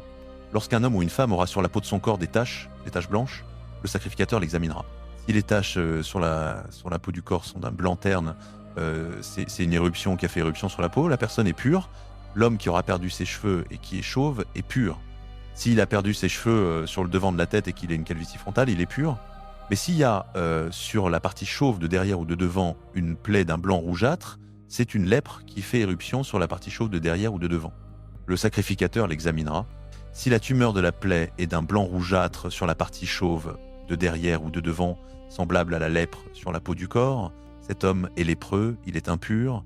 Le sacrificateur le déclarera impur à cause de la plaie qui est sur sa tête. Celui qui aura une plaie de lèpre portera ses vêtements déchirés, aura la tête nue, se couvrira la barbe et criera « impur, impur ». Tant qu'il aura la plaie, il sera impur, il est impur, il habitera seul, son habitation sera hors du camp. Lorsqu'il y aura sur un vêtement de laine ou de lin, ou sur un tissu tissé ou tricoté de lin ou de laine, ou sur une peau ou sur un objet quelconque fait de peau, une tache verdâtre ou rougeâtre, c'est une plaie de moisissure, on la montrera au sacrificateur. Le sacrificateur examinera la plaie et enfermera pendant 7 jours l'objet atteint. Le 7e jour, il examinera la plaie. Si la moisissure s'est étendue sur le vêtement, sur le tissu tissé ou tricoté, ou sur la peau, quel que soit l'usage de la peau, c'est une moisissure corrosive. L'objet est impur. Il brûlera le vêtement, le tissu tissé ou tricoté de laine ou de lin, ou l'objet quelconque de peau sur lequel se trouve la plaie, car c'est une moisissure corrosive. Cela sera brûlé au feu. Mais si le sacrificateur voit que la moisissure ne s'est pas étendue sur le vêtement, sur le tissu tissé ou tricoté, ou sur l'objet quelconque de peau, le sacrificateur ordonnera qu'on lave l'objet atteint de la plaie, et il l'enfermera une seconde fois pendant 7 jours. Après avoir été lavé, le sacrificateur examinera l'objet atteint. Si la plaie n'a pas changé d'aspect et que la plaie ne se soit pas étendue, l'objet est impur, tu le brûleras au feu, la corrosion est à l'endroit ou à l'envers. Mais si le sacrificateur voit que la plaie s'est atténuée après avoir été lavée, il arrachera la partie atteinte du vêtement, de la peau, du tissu tissé ou tricoté. Si elle reparaît sur le vêtement, sur le tissu tissé ou tricoté ou sur l'objet quelconque de peau, c'est une moisissure qui se propage. Tu brûleras au feu l'objet qui a la moisissure. Le vêtement, le tissu tissé ou tricoté ou l'objet quelconque de peau qu'on aura lavé et d'où la moisissure aura disparu, sera lavé une seconde fois et il sera pur. Telles sont les lois sur la moisissure des vêtements de laine ou de lin, des tissus tissés ou tricotés ou de tout objet de peau pour les déclarer purs ou impurs. Lévitique, chapitre 14. Le Seigneur parla à Moïse et dit « Voici les lois concernant la personne atteinte d'une maladie de peau qui rend impure au moment de sa purification lorsqu'on l'amènera au prêtre. Le prêtre sortira hors du camp et examinera cette personne. Si la plaie qui rend impure est guérie chez la personne atteinte de cette maladie, le prêtre ordonnera qu'on apporte, pour celui qui doit être purifié, 2 oiseaux vivants et purs, du bois de cèdre, du fil écarlate et de l'hysope. Le prêtre ordonnera qu'on égorge l'un des oiseaux au-dessus d'un vase de terre contenant de l'eau vive. Il prendra l'oiseau vivant, le bois de cèdre, le fil écarlate et l'hysope. Il les trempera avec l'oiseau vivant dans le sang de l'oiseau égorgé au-dessus de l'eau vive. Il en fera 7 fois l'aspersion sur celui qui se purifie de la maladie qui rend impur. Il le déclarera pur et il lâchera l'oiseau vivant dans les champs. Celui qui se purifie lavera ses vêtements, rasera tout son poil, se lavera dans l'eau et il sera pur. Après cela, il pourra entrer dans le camp, mais il restera 7 jours hors de sa tente. Le 7e jour, il rasera tout son poil. Il rasera sa tête, sa barbe, ses sourcils, tout son poil. Il lavera ses vêtements, lavera son corps dans l'eau et il sera pur. Le 8e jour, il prendra 2 agneaux mâles sans défaut, une agnelle d'1 an sans défaut, 3/10 d'épha de fleur de farine pétrie à l'huile pour l'offrande végétale et un log d'huile. Le prêtre qui déclare la purification présentera l'homme à purifier et toutes ces choses devant le Seigneur à l'entrée de la tente de la rencontre. Le prêtre prendra l'un des agneaux et l'offrira en sacrifice de réparation avec le log d'huile. Il les balancera en offrande balancée devant le Seigneur. Il égorgera l'agneau à l'endroit où l'on égorge le sacrifice pour le péché et l'holocauste, dans le lieu saint. Car le sacrifice de réparation, comme le sacrifice pour le péché, appartient au prêtre. C'est une chose très sainte. Le prêtre prendra du sang du sacrifice de réparation, en mettra sur le lobe de l'oreille droite de celui qui se purifie, sur le pouce de sa main droite et sur le gros orteil de son pied droit. Le prêtre versera de l'huile dans le creux de sa main gauche, il trempera le doigt de sa main droite dans l'huile qui est dans sa main gauche et fera avec son doigt 7 fois l'aspersion de l'huile devant le Seigneur. Le prêtre mettra de l'huile qui reste dans sa main sur le lobe de l'oreille droite de celui qui se purifie, sur le pouce de sa main droite et sur le gros orteil de son pied droit, à l'endroit où est le sang du sacrifice de réparation. Le reste de l'huile qui est dans la main du prêtre, il le mettra sur la tête de celui qui se purifie, et le prêtre fera pour lui l'expiation devant le Seigneur. Ensuite le prêtre offrira le sacrifice pour le péché et fera l'expiation pour celui qui se purifie de son impureté. Puis il égorgera l'holocauste. Le prêtre offrira sur l'autel l'holocauste et l'offrande végétale. Il fera l'expiation pour cet homme et il sera pur. Si cet homme est pauvre et que sa main n'atteigne pas ces choses, il prendra un agneau mâle pour le sacrifice de réparation à balancer afin de faire l'expiation pour lui, 1/10 d'épha de fleur de farine pétrie à l'huile pour l'offrande végétale, un log d'huile et 2 tourterelles ou 2 jeunes pigeons selon ses moyens. L'un sera pour le sacrifice pour le péché, l'autre pour l'holocauste. Le 8e jour, il les apportera au prêtre pour sa purification, à l'entrée de la tente de la rencontre devant le Seigneur. Le prêtre prendra l'agneau du sacrifice de réparation et le log d'huile, il les balancera en offrande balancée devant le Seigneur. Il égorgera l'agneau du sacrifice de réparation, prendra de son sang et en mettra sur le lobe de l'oreille droite de celui qui se purifie, sur le pouce de sa main droite et sur le gros orteil de son pied droit. Le prêtre versera de l'huile dans le creux de sa main gauche Il fera avec le doigt de sa main droite 7 fois l'aspersion de l'huile qui est dans sa main devant le Seigneur. Le prêtre mettra de l'huile qui est dans sa main aux endroits où il a mis le sang du sacrifice de réparation, sur le lobe de l'oreille droite de celui qui se purifie, sur le pouce de sa main droite et sur le gros orteil de son pied droit. Le reste de l'huile, qui est dans la main du prêtre, il le mettra sur la tête de celui qui se purifie, pour faire l'expiation pour lui devant le Seigneur. Il offrira l'une des tourterelles ou l'un des jeunes pigeons, selon ce que l'homme aura pu se procurer. Celui qui l'aura pu se procurer sera pour le sacrifice pour le péché, l'autre pour l'holocauste, avec l'offrande végétale. C'est ainsi que le prêtre fera l'expiation devant le Seigneur pour celui qui se purifie. Telles sont les lois concernant celui qui a une maladie de peau qui rend impur et qui n'a pas les moyens de fournir ce qui est requis pour sa purification. Le Seigneur parla à Moïse et à Aaron et dit « Lorsque vous serez entrés dans le pays de Canaan, que je vous donne en possession, et que je mettrai une moisissure contagieuse dans une maison du pays que vous posséderez, le propriétaire de la maison ira le déclarer au prêtre en disant il me semble qu'il y a quelque chose comme une moisissure dans ma maison. Le prêtre ordonnera qu'on vide la maison avant qu'il y entre pour examiner la moisissure, afin que tout ce qui est dans la maison ne devienne pas impur. Après cela, le prêtre entrera pour examiner la maison. Il examinera la moisissure. Si la moisissure qui est sur les murs présente des cavités verdâtres ou rougeâtres qui paraissent plus profondes que la surface, le prêtre sortira à l'entrée de la maison et fera fermer la maison pendant 7 jours. Le 7e jour, le prêtre reviendra examiner la maison. Si la moisissure s'est étendue sur les murs, il ordonnera qu'on arrache les pierres atteintes et qu'on les jette hors de la ville dans un lieu impur. Il fera gratter toute la maison à l'intérieur et l'on jettera hors de la ville, dans un lieu impur, la poussière qu'on aura grattée. Puis on prendra d'autres pierres qu'on mettra à la place de ces pierres et l'on prendra d'autres mortiers pour recréter la maison. Si la moisissure reparaît dans la maison après qu'on a arraché les pierres, gratté et recrété la maison, le prêtre viendra l'examiner.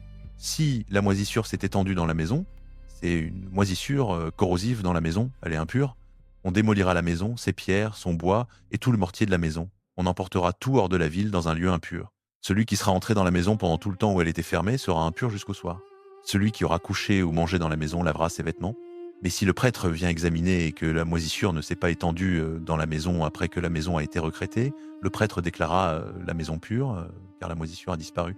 Pour purifier la maison, il prendra 2 oiseaux, du bois de cèdre, du fil écarlate et de l'hysope. Il égorgera l'un des oiseaux au-dessus d'un vase de terre contenant de l'eau vive. Il prendra le bois de cèdre, l'hysope, le fil écarlate et l'oiseau vivant. Il les trempera dans le sang de l'oiseau égorgé et dans l'eau vive, et il fera 7 fois l'aspersion sur la maison. Il purifiera la maison avec le sang de l'oiseau, l'eau vive, l'oiseau vivant, le bois de cèdre, l'hysope et le fil écarlate. Puis il lâchera l'oiseau vivant hors de la ville, dans les champs. Il fera ainsi l'expiation pour la maison, et elle sera pure. Telles sont les lois concernant toute maladie de peau qui rend impure, la dartre, les moisissures sur les vêtements ou sur une maison, les tumeurs, les dartres et les taches brillantes, pour décider quand une chose est pure ou impure. Telles sont les lois sur les maladies de peau qui rendent impures et sur les moisissures. Lévitique, chapitre 15.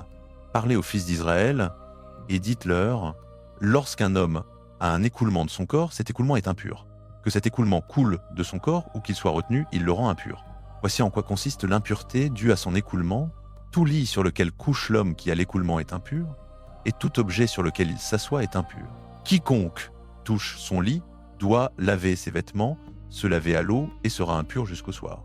Quiconque s'assoit sur un objet sur lequel s'est assis l'homme qui a l'écoulement doit laver ses vêtements, se laver à l'eau et sera impur jusqu'au soir. Quiconque touche le corps de l'homme qui a l'écoulement doit laver ses vêtements, se laver à l'eau et sera impur jusqu'au soir. Si l'homme qui a l'écoulement crache sur quelqu'un qui est pur, celui-ci doit laver ses vêtements, se laver à l'eau et sera impur jusqu'au soir.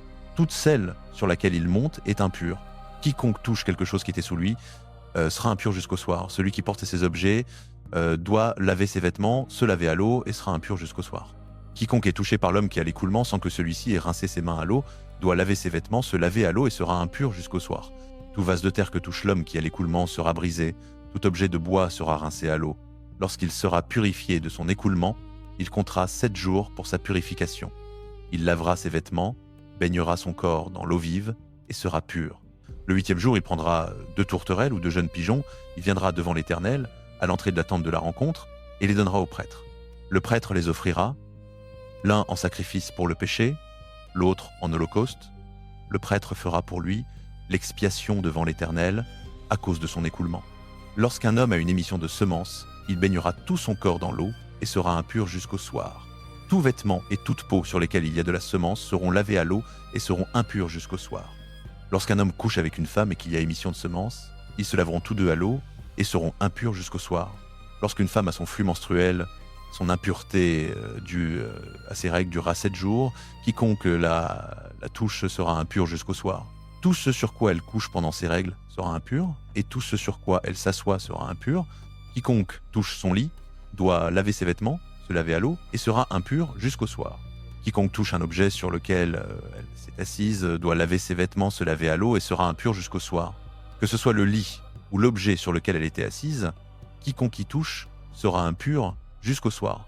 Si un homme couche avec elle et que son flux menstruel le touche, il sera impur 7 jours, et tout lit sur lequel il couchera sera impur. Lorsque une femme a un écoulement de sang pendant plusieurs jours hors du temps de ses règles, ou si son écoulement se prolonge au-delà du temps de ses règles, elle sera impure tout le temps de cet écoulement, comme pendant ses règles. Tout lit sur lequel elle couchera pendant la durée de son écoulement sera impur comme le lit de ses règles, et tout objet sur lequel elle s'assiera sera impur comme pendant l'impureté de ses règles. Quiconque touchera ces objets sera impur. Il lavera ses vêtements, se lavera à l'eau et sera impur jusqu'au soir.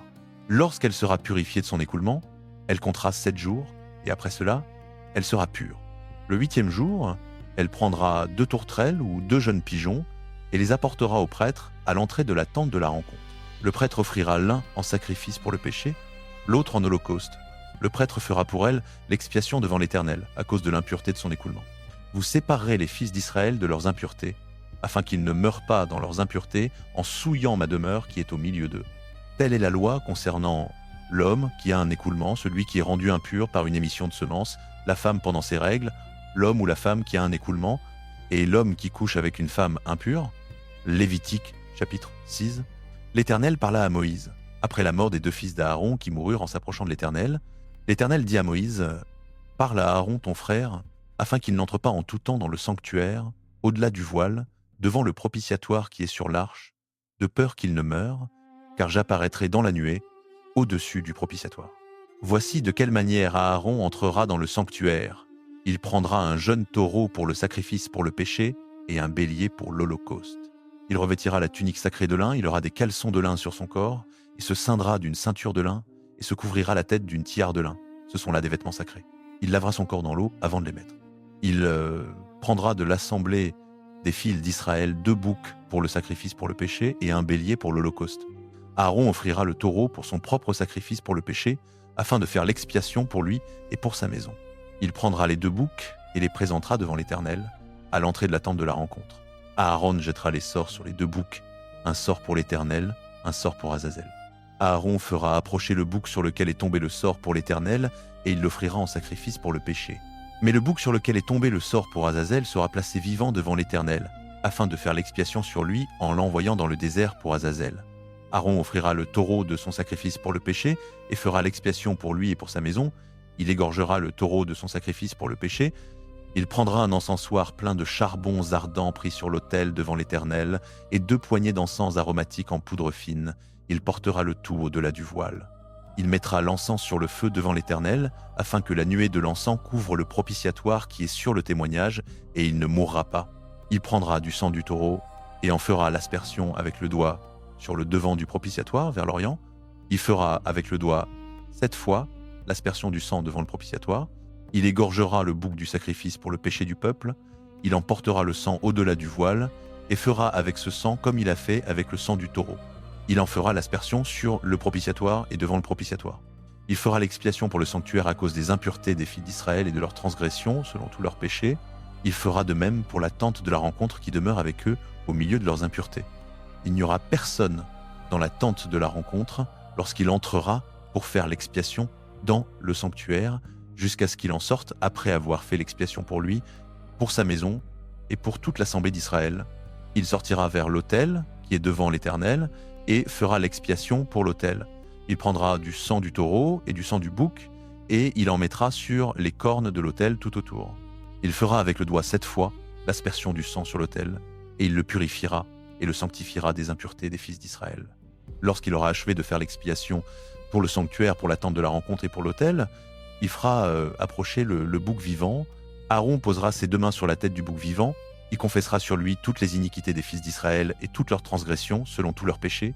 Il les mettra sur la tête du bouc et l'enverra au désert par l'intermédiaire d'un homme tout prêt pour cela. Le bouc portera sur lui toutes leurs iniquités dans une terre inhabitée. On le lâchera dans le désert. Aaron entrera dans la tente de la rencontre. Il ôtera les vêtements de lin qu'il avait mis en entrant dans le sanctuaire et les y déposera. Il lavera son corps dans l'eau, dans un lieu saint.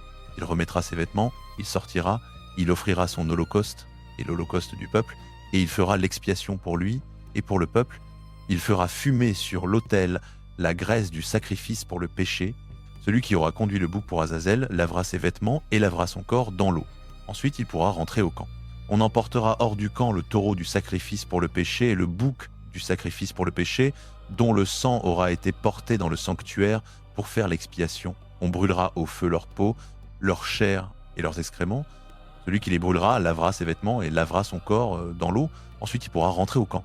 Ce sera pour vous une prescription perpétuelle. Le 10e jour du 7e mois, vous humilierez vos âmes, vous ne ferez aucun travail, ni l'Israélite de naissance, ni l'étranger qui séjourne au milieu de vous, car en ce jour on fera l'expiation pour vous, afin de vous purifier. Vous serez purs de tous vos péchés devant l'Éternel. Ce sera pour vous un sabbat, un jour de repos, et vous humilierez vos âmes. C'est une prescription perpétuelle. L'expiation sera faite par le sacrificateur, qui aura reçu l'onction et qui aura été consacré pour exercer le sacerdoce à la place de son père. Il revêtira les vêtements de lin, les vêtements sacrés. Il fera l'expiation pour le sanctuaire très saint, pour la tente de la rencontre et pour l'autel. Il fera l'expiation pour les sacrificateurs et pour tout le peuple de l'assemblée. Ce sera pour vous une prescription perpétuelle. Une fois par an, on fera l'expiation pour tous les péchés des fils d'Israël. Et l'on fit comme l'Éternel l'avait ordonné à Moïse. Lévitique chapitre 17. L'Éternel parla à Moïse et dit « Parle à Aaron, à ses fils et à tous les Israélites, et dis-leur, voici ce que l'Éternel a ordonné. Si un homme de la maison d'Israël égorge un bœuf, un agneau ou une chèvre, dans le camp ou hors du camp, sans l'amener à l'entrée de la tente de la rencontre pour en faire une offrande à l'Éternel devant le tabernacle de l'Éternel, le sang sera imputé à cet homme. Il a répandu le sang, cet homme-là sera retranché du milieu de son peuple. C'est afin que les Israélites amènent à l'Éternel les victimes qu'ils sacrifient maintenant dans les champs. Ils les amèneront au sacrificateur devant l'Éternel à l'entrée de la tente de la rencontre, et ils les offriront à l'Éternel en sacrifice de communion. Le sacrificateur en répandra le sang sur l'autel de l'Éternel, à l'entrée de la tente de la rencontre, et il brûlera la graisse en odeur apaisante pour l'Éternel. Ils n'offriront plus leurs sacrifices aux boucs avec lesquels ils se prostituent. Ce sera une loi perpétuelle pour eux et pour leurs descendants. Tu leur diras donc, si un homme de la maison d'Israël ou un étranger qui séjourne au milieu d'eux offre un holocauste ou un sacrifice, et ne l'amène pas à l'entrée de la tente de la rencontre pour l'offrir en sacrifice à l'Éternel, cet homme-là sera retranché de son peuple. Je tournerai ma face contre celui qui, israélite ou étranger séjournant au milieu d'eux, mangera du sang, quel qu'il soit, et je le retrancherai du milieu de son peuple. Car la vie de la chair est dans le sang, et je vous l'ai donné sur l'autel pour faire l'expiation sur l'autel pour vos âmes, c'est le sang qui fait l'expiation pour l'âme. C'est pourquoi j'ai dit aux Israélites, aucun d'entre vous ne mangera du sang, et l'étranger qui séjourne au milieu de vous ne mangera pas de sang. Si un Israélite ou un étranger qui séjourne au milieu d'eux prend à la chasse un animal ou un oiseau qui se mange, il en versera le sang et le couvrira de terre. Car la vie de toute chair, c'est son sang. Il est sa vie. C'est pourquoi j'ai dit aux Israélites, vous ne mangerez le sang d'aucune chair, car la vie de toute chair est son sang. Quiconque en mangera sera retranché. Quiconque, Israélite ou étranger, mangera d'une bête morte ou déchirée par une bête sauvage, lavera ses vêtements, se lavera dans l'eau et sera impur jusqu'au soir. Puis il sera pur. Mais s'il ne lave pas ses vêtements et ne lave pas son corps, il portera la peine de son péché. Lévitique, chapitre 18. L'Éternel parla à Moïse et dit « Parle aux enfants d'Israël et dis-leur « Je suis l'Éternel votre Dieu. Vous ne ferez pas ce qui se fait dans le pays d'Égypte où vous avez habité, et vous ne ferez pas ce qui se fait dans le pays de Canaan où je vous conduis. Vous ne suivrez pas leurs coutumes. Vous pratiquerez mes ordonnances et vous observerez mes prescriptions en les mettant soigneusement en pratique. Je suis l'Éternel votre Dieu. Vous observerez mes prescriptions et mes ordonnances. L'homme qui les mettra en pratique vivra par elles. Je suis l'Éternel. Nul ne s'approchera d'une proche parente pour découvrir sa nudité. Je suis l'Éternel. Tu ne découvriras pas la nudité de ton père, ni la nudité de ta mère. C'est ta mère. Tu ne découvriras pas sa nudité. Tu ne découvriras pas la nudité de la femme de ton père, c'est la nudité de ton père. Tu ne découvriras pas la nudité de ta sœur, fille de ton père, ou fille de ta mère, qu'elle soit née dans la maison ou hors de la maison. Tu ne découvriras pas la nudité de la fille de ton fils ni de la fille de ta fille, c'est ta nudité. Tu ne découvriras pas la nudité de la fille de la femme de ton père, née de ton père, c'est ta sœur. Tu ne découvriras pas la nudité de la sœur de ton père, c'est la proche parente de ton père. Tu ne découvriras pas la nudité de la sœur de ta mère, c'est la proche parente de ta mère. Tu ne feras pas violence à la femme de ton oncle paternel en t'approchant d'elle pour découvrir sa nudité, c'est ta tante. Tu ne découvriras pas la nudité de ta belle-fille, c'est la femme de ton fils. Tu ne découvriras pas sa nudité. Tu ne découvriras pas la nudité de la femme de ton frère, c'est la nudité de ton frère. Tu ne découvriras pas la nudité d'une femme et de sa fille. Tu ne prendras pas la fille de son fils ni la fille de sa fille pour découvrir leur nudité. Elles sont proches parentes, c'est une infamie. Tu ne prendras pas une femme en même temps que sa sœur pour en faire une rivale et découvrir sa nudité pendant qu'elle est vivante. Tu ne t'approcheras pas d'une femme pendant l'impureté de ses règles pour découvrir sa nudité. Tu ne coucheras pas avec la femme de ton prochain pour te souiller avec elle. Tu ne livreras aucun de tes enfants pour le faire passer à Moloch, et tu ne profaneras pas le nom de ton Dieu, je suis l'Éternel. Tu ne coucheras pas avec un homme comme on couche avec une femme. L'abomination. Tu n'auras commerce avec aucune bête pour te souiller avec elle. Une femme ne s'approchera pas d'une bête pour s'accoupler avec elle. C'est une perversion. Ne vous rendez impurs par aucune de ces choses, car c'est par toutes ces choses que se sont rendues impures les nations que je vais chasser devant vous. Le pays a été souillé, je punirai son iniquité, et le pays vomira ses habitants. Mais vous, vous observerez mes prescriptions et mes ordonnances, et vous ne commettrez aucune de ces abominations, ni l'indigène, ni l'étranger qui séjourne au milieu de vous. Car toutes ces abominations, les hommes du pays qui vous ont précédés les ont commises, et le pays en a été souillé. Prenez garde que le pays ne vous vomisse si vous le souillez, comme il a vomi la nation qui vous précédait. Toute personne qui commettra l'une de ces abominations sera retranchée du milieu de son peuple. Vous observerez mes ordres et vous ne pratiquerez aucune des coutumes abominables qui se pratiquaient avant vous, afin de ne pas vous en souiller. Je suis l'Éternel votre Dieu. L'Éternel parla à Moïse et dit, Lévitique, chapitre 19. Le Seigneur parla à Moïse et dit, parle à toute l'assemblée des enfants d'Israël et dis-leur, soyez saints, car je suis saint, moi, le Seigneur votre Dieu. Chacun de vous respectera sa mère et son père, et vous observerez mes sabbats. Je suis le Seigneur votre Dieu. Ne vous tournez pas vers les idoles et ne vous faites pas des dieux de métal fondu. Je suis le Seigneur votre Dieu. Lorsque vous offrirez au Seigneur un sacrifice de communion, vous l'offrirez de manière à être agréé. On le mangera le jour où vous l'aurez offert ou le lendemain. Ce qui resterait jusqu'au 3e jour sera brûlé au feu. Si l'on en mange le 3e jour, cela sera impur et ne sera pas agréé. Celui qui en mangera portera sa faute, car il a profané ce qui est consacré au Seigneur. Cette personne sera retranchée de son peuple. Quand vous ferez la moisson de votre pays, tu ne moissonneras pas jusqu'au bord de ton champ et tu ne ramasseras pas les épis restés à terre après la moisson. Tu ne repasseras pas dans ta vigne pour glaner et tu ne ramasseras pas les grains tombés de ta vigne. Tu les laisseras pour le pauvre et pour l'étranger. Je suis le Seigneur votre Dieu. Vous ne volerez pas, vous ne mentirez pas, vous ne vous tromperez pas les uns les autres, vous ne jurerez pas faussement par mon nom, car vous profaneriez le nom de votre Dieu. Je suis le Seigneur. Tu n'opprimeras pas ton prochain et tu ne le dépouilleras pas. Le salaire du mercenaire ne restera pas chez toi jusqu'au matin.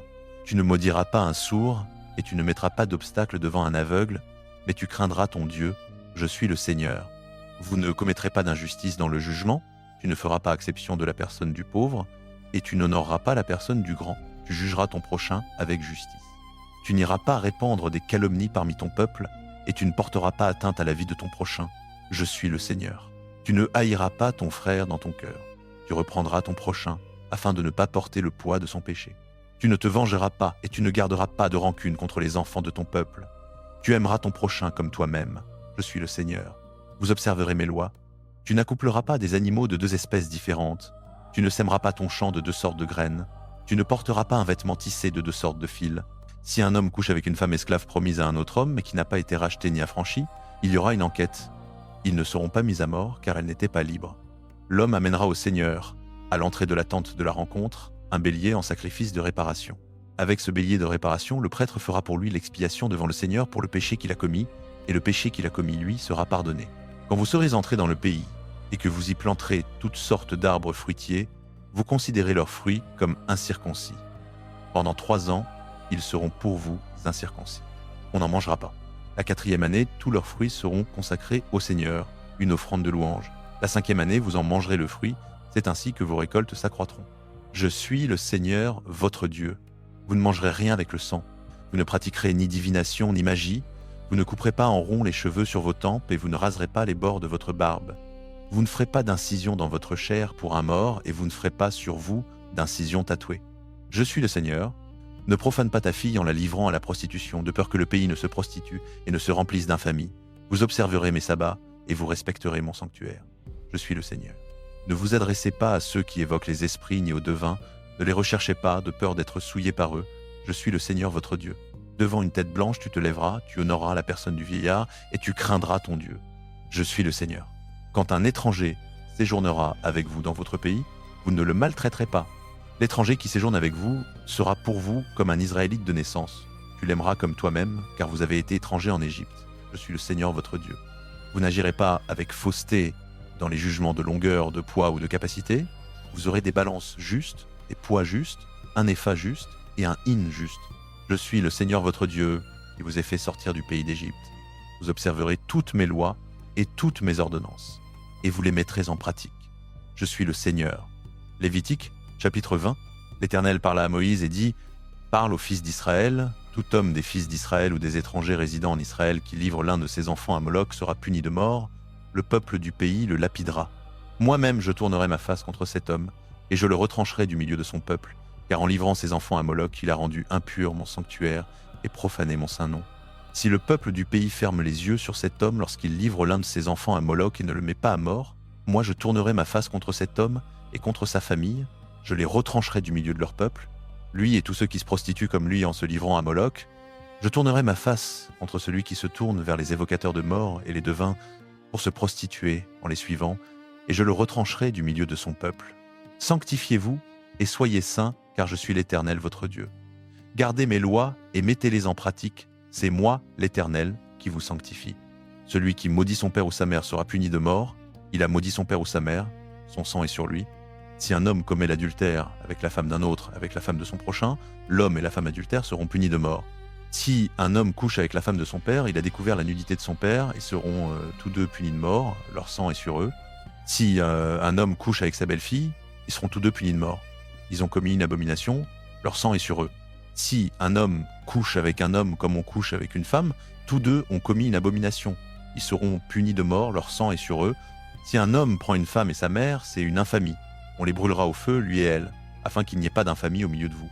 Si un homme couche avec une bête, il sera puni de mort et vous tuerez la bête. Si une femme s'approche d'une bête quelconque pour s'accoupler avec elle, tu tueras la femme et la bête. Elles seront punies de mort, leur sang est sur elles. Si un homme prend sa sœur, fille de son père ou fille de sa mère, s'il voit sa nudité et qu'elle voit la sienne, c'est une ignominie, ils seront retranchés sous les yeux des fils de leur peuple. Il a découvert la nudité de sa sœur, il portera sa faute. Si un homme couche avec une femme pendant son impureté menstruelle, il a découvert son flux et elle a découvert le flux de son sang, tous deux seront retranchés du milieu de leur peuple. Tu ne découvriras pas la nudité de la sœur de ta mère ni de la sœur de ton père, car c'est découvrir sa propre chair. Ils porteront leur faute.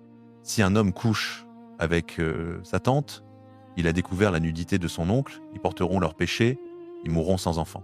Si un homme prend la femme de son frère, c'est une impureté, il a découvert la nudité de son frère, ils seront sans enfant.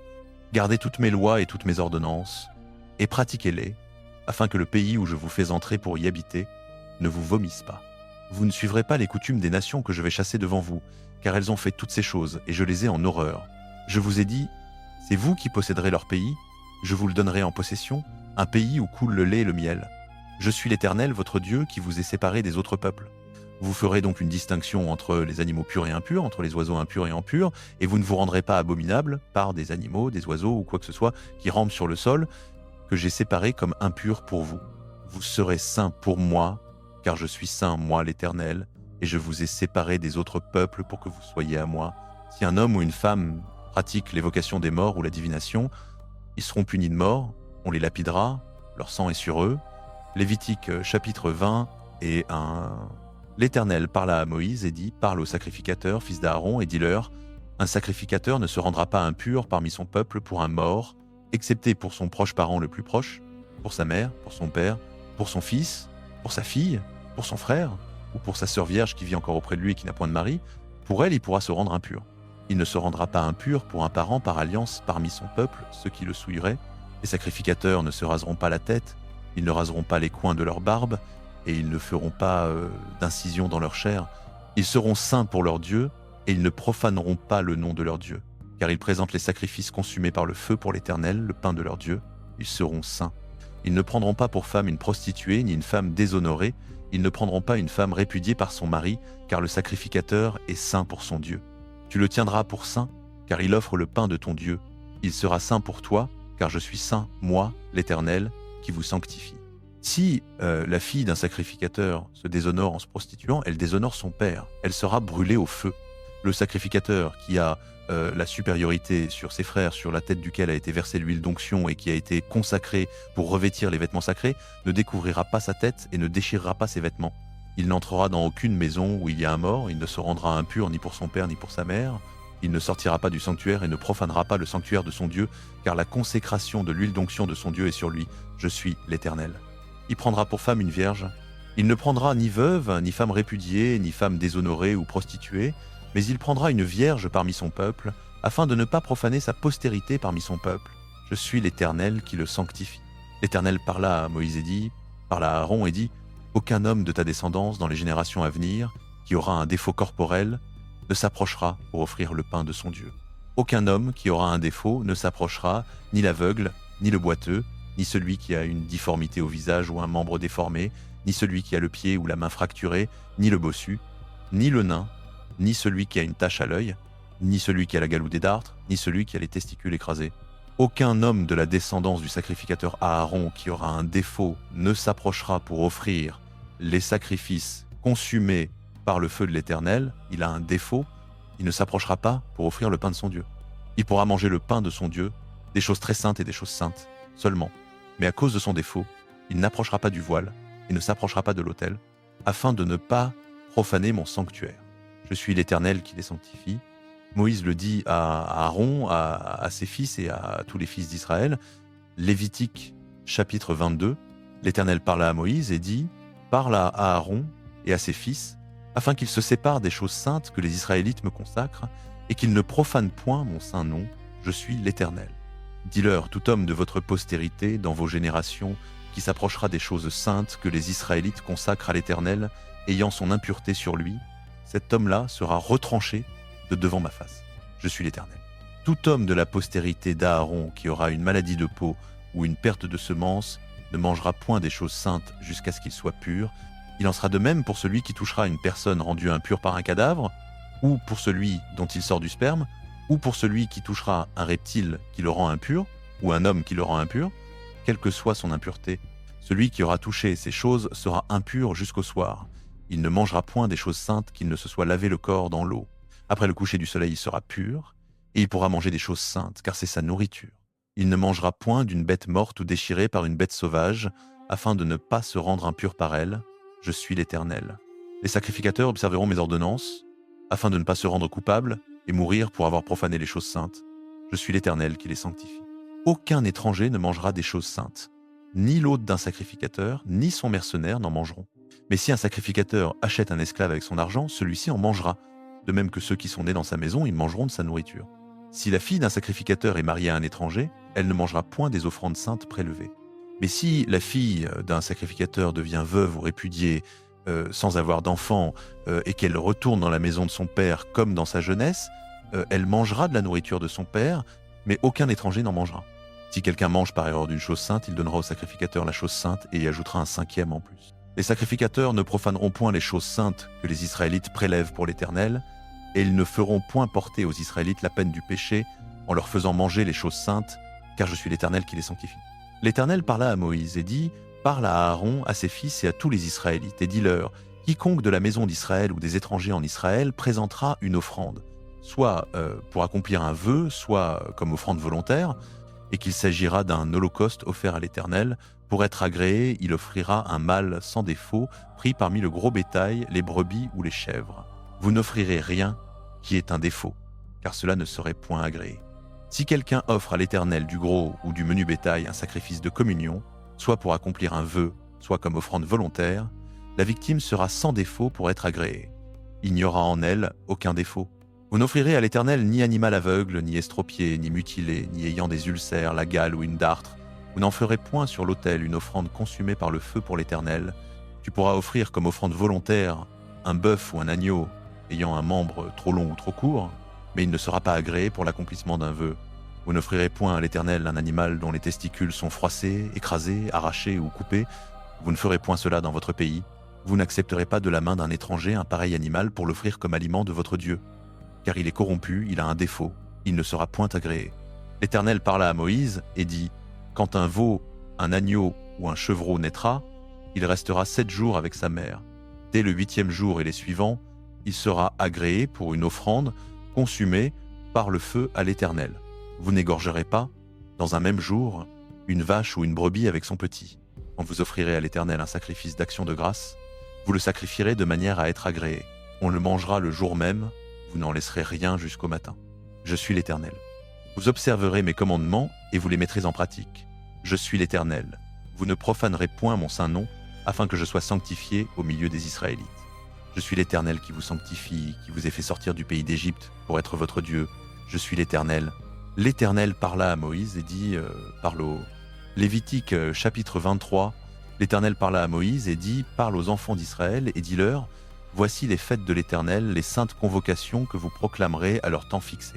Pendant 6 jours on fera du travail, mais le 7e jour est un sabbat, un jour de repos, une sainte convocation. Vous ne ferez aucun travail, c'est un sabbat pour l'Éternel dans toutes vos demeures. Voici les fêtes de l'Éternel, les saintes convocations que vous proclamerez à leur temps fixé. La Pâque de l'Éternel commence le 14e jour du 1er mois, entre les 2 soirs. Le 15e jour de ce mois, c'est la fête des pains sans levain en l'honneur de l'Éternel. Pendant 7 jours, vous mangerez des pains sans levain. Le 1er jour, vous aurez une sainte convocation, vous ne ferez aucun travail servile. Pendant 7 jours, vous présenterez à l'Éternel une offrande consumée par le feu. Le 7e jour, il y aura une sainte convocation, vous ne ferez aucun travail servile. L'Éternel parla à Moïse et dit, parle aux enfants d'Israël et dis-leur, quand vous serez entrés dans le pays que je vous donne et que vous y ferez la moisson, vous apporterez au sacrificateur une gerbe, prémisse de votre moisson. Il agitera la gerbe devant l'Éternel afin que vous soyez agréés. Le sacrificateur l'agitera le lendemain du sabbat. Le jour où vous agiterez la gerbe, vous offrirez en holocauste à l'Éternel un agneau d'un an sans défaut, avec son offrande végétale de 2/10 de fleur de farine pétrie à l'huile, offrande consumée par le feu dont l'odeur est agréable à l'Éternel, et sa libation d'1/4 de hin de vin. Vous ne mangerez ni pain, ni grain rôti, ni grain nouveau, jusqu'au jour même où vous apporterez l'offrande à votre Dieu. C'est une prescription perpétuelle pour vos générations, dans toutes vos demeures. À partir du lendemain du sabbat, du jour où vous apporterez la gerbe de l'offrande agitée, vous compterez 7 semaines entières. Vous compterez 50 jours jusqu'au lendemain du 7e sabbat, et vous présenterez à l'Éternel une offrande de nouveaux grains. De vos demeures, vous apporterez 2 pains pour une offrande agitée. Ils seront faits de 2/10 de fleur de farine et cuits avec du levain. Ce sont les prémices à l'Éternel. Vous présenterez avec ce pain 7 agneaux d'1 an sans défaut, un jeune taureau et 2 béliers. Ils seront un holocauste à l'Éternel, avec leur offrande végétale et leur libation, une offrande consumée par le feu dont l'odeur est agréable à l'Éternel. Vous offrirez aussi un bouc en sacrifice pour le péché et 2 agneaux d'1 an en sacrifice de communion. Le sacrificateur agitera ces agneaux avec le pain des prémices en offrande agitée devant l'Éternel. Avec les 2 agneaux, ils seront consacrés à l'Éternel pour le sacrificateur. Ce même jour, vous publierez qu'il y aura une sainte convocation. Vous ne ferez aucun travail servile. C'est une prescription perpétuelle pour vos générations, dans toutes vos demeures. Quand vous ferez la moisson dans votre pays, tu ne moissonneras pas jusqu'aux extrémités de ton champ, et tu ne ramasseras pas les épis restés à terre après ta moisson, tu les laisseras pour le pauvre et pour l'étranger. Je suis l'Éternel votre Dieu. L'Éternel parla à Moïse et dit, parle aux enfants d'Israël et dis-leur, le 1er jour du 7e mois, vous aurez un repos solennel, un rappel au son des trompettes, une sainte convocation. Vous ne ferez aucun travail servile et vous présenterez à l'Éternel une offrande consumée par le feu. L'Éternel parla à Moïse et dit, le 10e jour de ce 7e mois, c'est le jour des expiations, vous aurez une sainte convocation, vous humilierez vos âmes et vous présenterez à l'Éternel une offrande consumée par le feu. Vous ne ferez aucun travail ce jour-là, car c'est le jour des expiations, où l'on fera l'expiation pour vous devant l'Éternel votre Dieu. Toute personne qui ne s'humiliera pas ce jour-là sera retranchée de son peuple. Toute personne qui fera ce jour-là un travail quelconque, je la ferai périr du milieu de son peuple. Vous ne ferez aucun travail.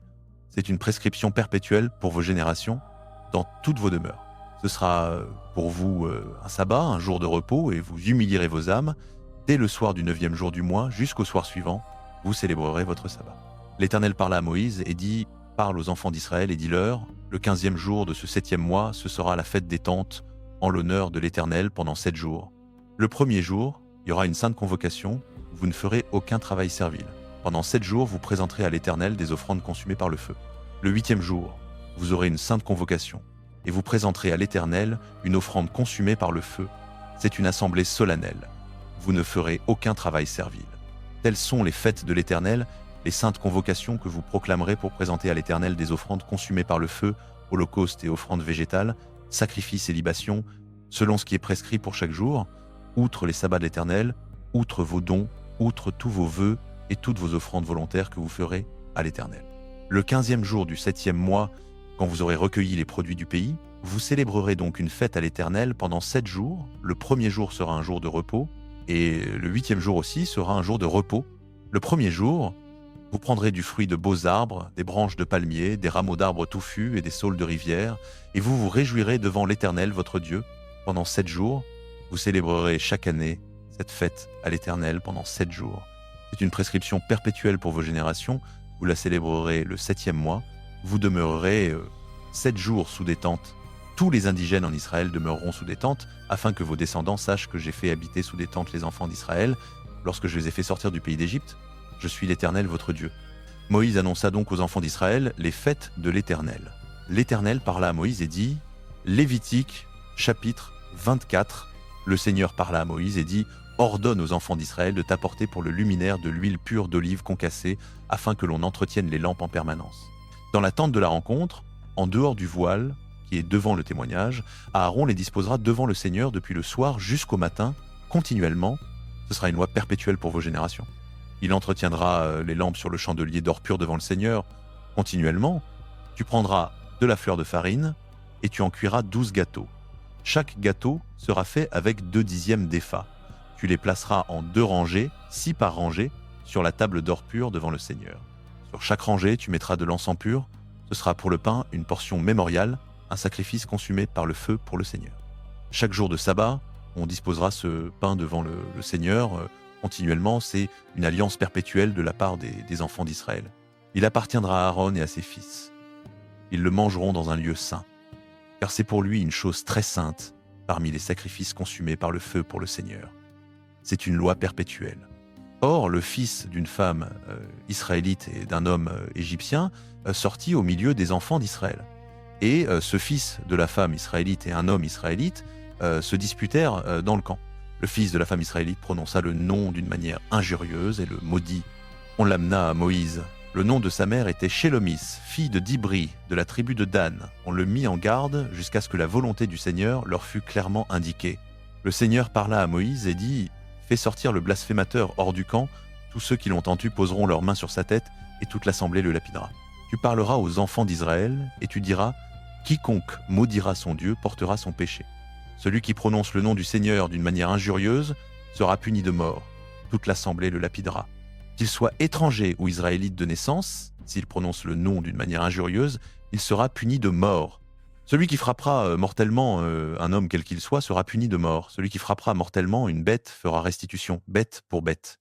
Si quelqu'un cause une blessure à son prochain, on lui fera comme il a fait, fracture pour fracture, œil pour œil, dent pour dent, on lui fera la même blessure qu'il a faite à autrui. Celui qui tue une bête la remplacera. Celui qui tue un homme sera mis à mort. Vous aurez une même loi pour l'étranger et pour l'israélite de naissance, car je suis le Seigneur votre Dieu. Moïse parla aux enfants d'Israël. Ils firent sortir le blasphémateur hors du camp, et ils le lapidèrent. Les enfants d'Israël firent comme le Seigneur l'avait ordonné à Moïse. Lévitique, chapitre 25. Parlez aux fils d'Israël et dites-leur, quand vous serez entrés dans le pays que je vous donne, la terre elle-même observera un sabbat pour l'Éternel. Pendant 6 ans tu sèmeras ton champ. Pendant 6 ans, tu tailleras ta vigne et tu en recueilleras le produit. Mais la 7e année, ce sera un sabbat de repos pour la terre, un sabbat pour l'Éternel. Tu ne sèmeras pas ton champ et tu ne tailleras pas ta vigne. Tu ne moissonneras pas ce qui repoussera de ta moisson et tu ne vendangeras pas les grappes de ta vigne non taillées. Ce sera une année de repos pour la terre. Ce que la terre produira pendant son sabbat servira de nourriture à toi, à ton serviteur, à ta servante, à ton salarié et à l'étranger qui séjourne chez toi. Tout son produit servira aussi de nourriture à ton bétail et aux animaux qui sont dans ton pays. Tu compteras 7 semaines d'année, 7 fois 7 ans, c'est-à-dire 49 ans. Le 10e jour du 7 d'été mois, le jour des expiations, Vous ferez retentir la trompette dans tout votre pays. Vous sanctifierez la 50e année et vous proclamerez la liberté dans le pays pour tous ses habitants. Ce sera pour vous le jubilé. Chacun de vous retournera dans sa propriété et chacun retournera dans son clan. La 50e année sera pour vous le jubilé. Vous ne sèmerez pas, vous ne moissonnerez pas ce qui repoussera, vous ne vendangerez pas les vignes non taillées, car c'est le jubilé. Cela sera saint pour vous, vous mangerez ce que le champ produira de lui-même. En cette année de jubilé, chacun entrera dans sa propriété. Quand tu vendras quelque chose à ton prochain, ou quand tu achèteras de ton prochain, que personne ne laisse son frère. Tu achèteras de ton prochain en tenant compte du nombre d'années écoulées depuis le jubilé, et il te vendra en tenant compte du nombre d'années de récolte. Plus il y aura d'années, plus tu augmenteras le prix. Moins il y aura d'années, plus tu diminueras le prix. Car c'est un certain nombre de récoltes qu'il te vend. Ne vous lésez pas les uns les autres, mais crains ton Dieu, car je suis l'Éternel, votre Dieu. Mettez en pratique mes lois, gardez mes ordonnances et pratiquez-les. Vous habiterez alors en sécurité dans le pays. La terre donnera son fruit, vous mangerez à satiété, et vous y habiterez en sécurité. Peut-être direz-vous, que mangerons-nous la 7e année, puisque nous ne sèmerons pas et ne récolterons pas nos produits. Je vous enverrai ma bénédiction la 6e année, et elle donnera de quoi nourrir pendant 3 ans. Vous sèmerez la 8e année et vous mangerez des anciennes récoltes. Jusqu'à la 9e année, jusqu'à l'arrivée de sa récolte, vous mangerez les anciennes. La terre ne sera pas vendue à perpétuité, car la terre m'appartient, et vous êtes chez moi comme des étrangers et des hôtes. Dans tout le pays que vous posséderez, vous accorderez un droit de rachat pour la terre. Si ton frère devient pauvre et vend une partie de sa propriété, celui qui a droit de rachat, son plus proche parent, viendra et rachètera ce que son frère a vendu. Si quelqu'un n'a personne pour le racheter et qu'il prospère et trouve de quoi faire son rachat, il comptera les années depuis la vente, remboursera le surplus à l'acheteur et rentrera dans sa propriété. S'il ne trouve pas de quoi lui rembourser, ce qu'il a vendu restera entre les mains de l'acheteur jusqu'à l'année du jubilé. Au jubilé, il sera libéré et l'ancien propriétaire rentrera dans sa propriété. Si quelqu'un vend une maison d'habitation dans une ville entourée de murailles, il aura le droit de rachat jusqu'à la fin de l'année qui suit la vente. Pendant 1 an entier, il aura le droit de rachat. Si elle n'est pas rachetée avant la fin d'une année entière, la maison qui est dans la ville entourée de murailles appartiendra définitivement à l'acheteur et à ses descendants. Elle ne sortira pas au jubilé. Mais les maisons des villages non entourés de murailles seront considérées comme des champs de la campagne. Elles pourront être rachetées et sortiront au jubilé. Quant aux villes des Lévites, aux maisons des villes qu'ils possèdent, les Lévites auront un droit perpétuel de rachat. Si quelqu'un achète une maison aux Lévites, la maison vendue dans la ville qu'il possède sortira au jubilé, car les maisons des villes des Lévites sont leur propriété au milieu des fils d'Israël. Les champs de pâture autour de leur ville ne seront pas vendus, car c'est leur possession à perpétuité. Si ton frère devient pauvre et ne peut plus se soutenir auprès de toi, tu le soutiendras comme un étranger ou un hôte, afin qu'il vive auprès de toi. Tu ne lui prendras ni intérêt ni profit, crains ton Dieu et que ton frère vive auprès de toi. Tu ne lui donneras pas ton argent à intérêt, et tu ne lui donneras pas de tes vivres pour en tirer profit. Je suis l'Éternel, votre Dieu, qui vous ai fait sortir du pays d'Égypte pour vous donner le pays de Canaan, pour être votre Dieu. Si ton frère devient pauvre auprès de toi et se vend à toi, tu ne lui imposeras pas un travail d'esclave. Il sera chez toi comme un salarié, comme un hôte. Il sera à ton service jusqu'à l'année du jubilé.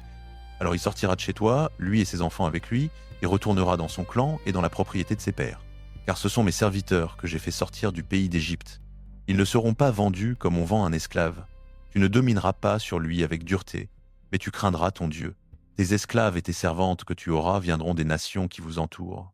C'est d'elles que vous achèterez esclaves et servantes. Vous pourrez aussi en acheter parmi les enfants des étrangers qui séjournent chez vous, parmi ceux qui sont nés dans votre pays, ils seront votre propriété. Vous les laisserez en héritage à vos enfants après vous, comme une possession héréditaire. Vous les aurez pour toujours comme esclaves. Mais sur vos frères, les fils d'Israël, aucun de vous ne dominera avec dureté sur son frère. Si un étranger séjournant chez toi devient riche et que ton frère devienne pauvre auprès de lui et se vende à l'étranger séjournant chez toi ou à un membre du clan de l'étranger, il conservera le droit de rachat après s'être vendu. L'un de ses frères pourra le racheter, ou son oncle, ou le fils de son oncle, ou l'un de ses proches parents de son clan pourra le racheter, ou, s'il en a les moyens, il se rachètera lui-même. Il comptera avec son acheteur depuis l'année où il s'est vendu jusqu'à l'année du jubilé. Le prix de son rachat sera fixé d'après le tarif d'un salarié pour ce nombre d'années.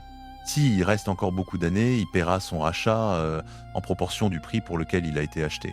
S'il ne reste que peu d'années jusqu'au jubilé, il fera le calcul et paiera son rachat en proportion de ces années. Il sera chez son maître comme un salarié d'année en année.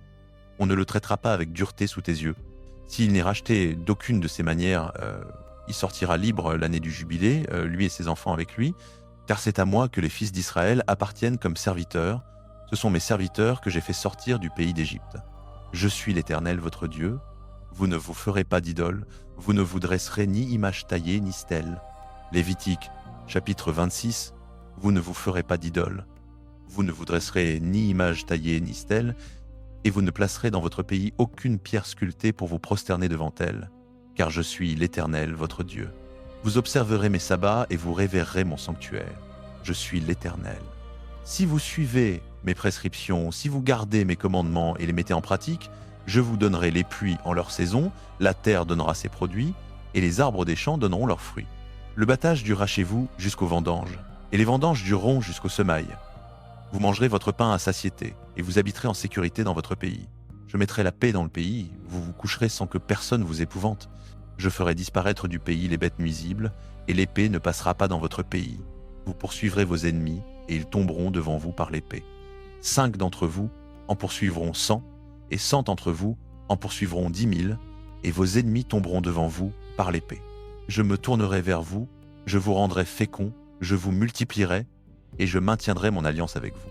Vous mangerez des récoltes de l'année précédente, et vous devrez sortir l'ancienne pour faire place à la nouvelle. Je placerai ma demeure au milieu de vous, et mon âme ne vous aura pas en horreur. Je marcherai au milieu de vous, je serai votre Dieu, et vous serez mon peuple. Je suis l'Éternel, votre Dieu, qui vous ai fait sortir du pays d'Égypte, qui vous ai délivré de l'esclavage, qui ai brisé les barres de votre joug et vous ai fait marcher la tête levée. Mais si vous ne m'écoutez pas, si vous ne mettez pas en pratique tous ces commandements, si vous méprisez mes prescriptions, si votre âme a en horreur mes lois au point de ne pas pratiquer tous mes commandements et de rompre mon alliance, voici ce que je vous ferai. Moi, j'enverrai sur vous l'effroi, la maladie qui consume et la fièvre qui détruisent les yeux et épuisent la vie. Vous sèmerez en vain votre semence, vos ennemis la mangeront. Je tournerai ma face contre vous, vous serez battus devant vos ennemis. Ceux qui vous haïssent domineront sur vous et vous fuirez sans que personne vous poursuive. Si, malgré cela, vous ne m'écoutez pas, je vous punirai 7 fois plus pour vos péchés. Je briserai l'orgueil de votre force. Je rendrai votre ciel comme du fer et votre terre comme de l'airain. Votre force s'épuisera en vain, votre terre ne donnera pas ses produits et les arbres de votre pays ne donneront pas leurs fruits. Si vous marchez contre moi avec hostilité et refusez de m'écouter, j'ajouterai à vos plaies 7 fois plus selon vos péchés. J'enverrai contre vous les bêtes des champs, elles vous priveront de vos enfants, détruiront votre bétail, et vous réduiront à un petit nombre, si bien que vos chemins seront déserts. Si, malgré ces châtiments, vous ne vous laissez pas corriger par moi, et que vous marchiez contre moi avec hostilité, moi aussi je marcherai contre vous avec hostilité, et je vous punirai, moi-même, 7 fois plus pour vos péchés. Je ferai venir contre vous l'épée qui vengera mon alliance, vous vous rassemblerez dans vos villes, j'enverrai la peste au milieu de vous, et vous serez livrés entre les mains de l'ennemi. Quand je vous ôterai le pain qui vous soutient, 10 femmes cuiront votre pain dans un seul four, et vous rendront votre pain au poids. Vous mangerez, et vous ne serez pas rassasiés. Si, malgré cela, vous ne m'écoutez pas, et que vous marchiez contre moi avec hostilité, moi je marcherai contre vous avec fureur, et je vous punirai, moi-même, vos péchés 7 fois plus. Vous mangerez la chair de vos fils, et vous mangerez la chair de vos filles. Je détruirai vos hauts lieux, j'abattrai vos autels à encens, j'amoncellerai vos cadavres sur les cadavres de vos idoles répugnantes, et mon âme vous aura en horreur.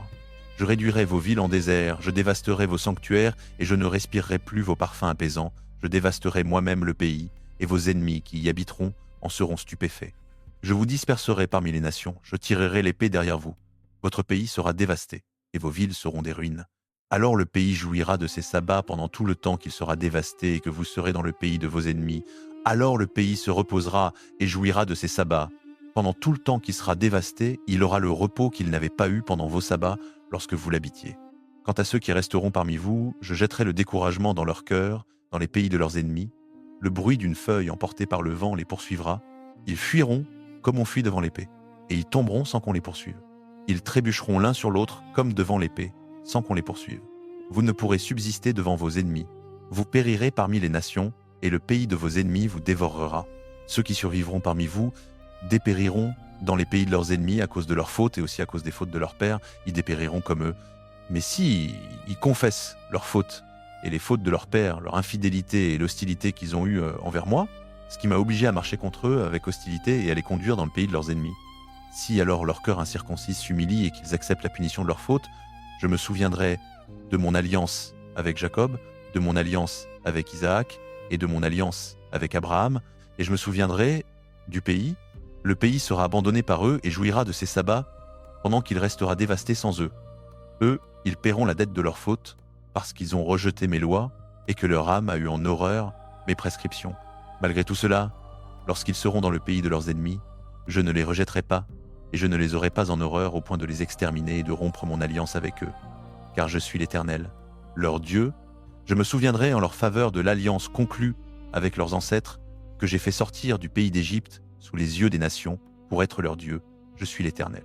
Telles sont les prescriptions, les lois et les enseignements que l'Éternel établit entre lui et les fils d'Israël sur la montagne de Sinaï par l'intermédiaire de Moïse. Lévitique, chapitre 27.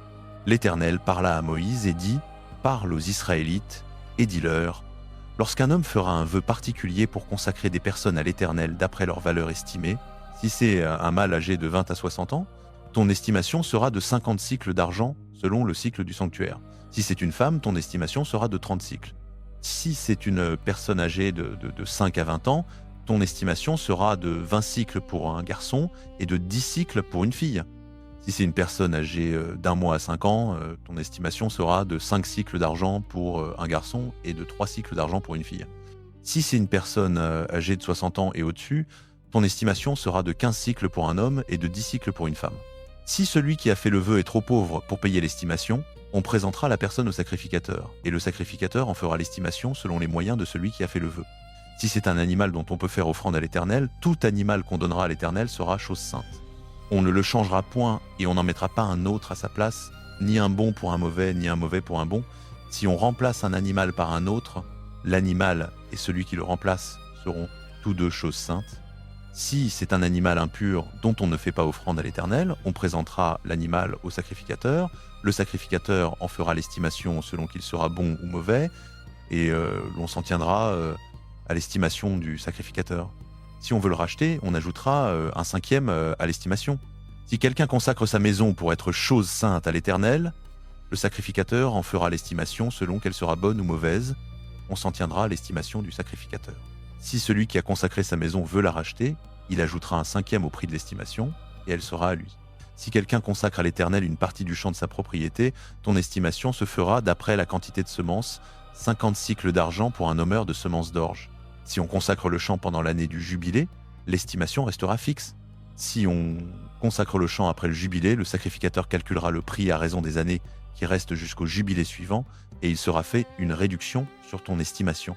Si celui qui a consacré le champ veut le racheter, il ajoutera un cinquième au prix de l'estimation, et le champ lui restera. Mais si on ne rachète pas le champ et qu'on le vende à un autre homme, il ne pourra plus être racheté. Quand le champ sera libéré au jubilé, il sera consacré à l'Éternel comme un champ dévoué par anathème. Il deviendra la propriété du sacrificateur. Si quelqu'un consacre à l'Éternel un champ qu'il a acheté et qui ne fait pas partie de sa propriété patrimoniale, le sacrificateur en calculera le prix d'après l'estimation jusqu'à l'année du jubilé. Le jour même, on donnera le prix fixé comme chose sainte à l'Éternel. Au jubilé, le champ retournera à celui de qui il avait été acheté, à celui à qui appartient la propriété du sol. Toute estimation se fera d'après le cycle du sanctuaire, 20 guéras font un cycle. On ne pourra consacrer le premier-né d'un animal, car le premier-né appartient déjà à l'Éternel. Soit bœuf, soit agneau ou chevreau, il est à l'Éternel. S'il s'agit d'un animal impur, on le rachètera au prix de l'estimation, en y ajoutant un cinquième. S'il n'est pas racheté, on le vendra au prix de l'estimation. Toute chose qu'un homme dévouera par anathème à l'Éternel, parmi tout ce qui lui appartient, personne, animal ou champ de sa propriété, ne pourra être vendu ni racheté. Tout ce qui est dévoué par anathème est très saint à l'Éternel. Aucune personne dévouée par anathème ne pourra être rachetée, elle sera mise à mort. Toute dîme de la terre, soit des produits du sol, soit du fruit des arbres, appartient à l'Éternel, elle est consacrée à l'Éternel. Si quelqu'un veut racheter une partie de sa dîme, y ajoutera un cinquième. Toute dîme du gros et du menu bétail, de tout ce qui passe sous la houlette, sera chose sainte à l'Éternel, le 10e. On n'examinera pas si l'animal est bon ou mauvais, et on ne le remplacera pas. Si on le remplace, l'animal et son remplaçant seront tous deux choses saintes et ne pourront être rachetés. Tels sont les commandements que l'Éternel donna à Moïse pour les Israélites sur la montagne de Sinaï.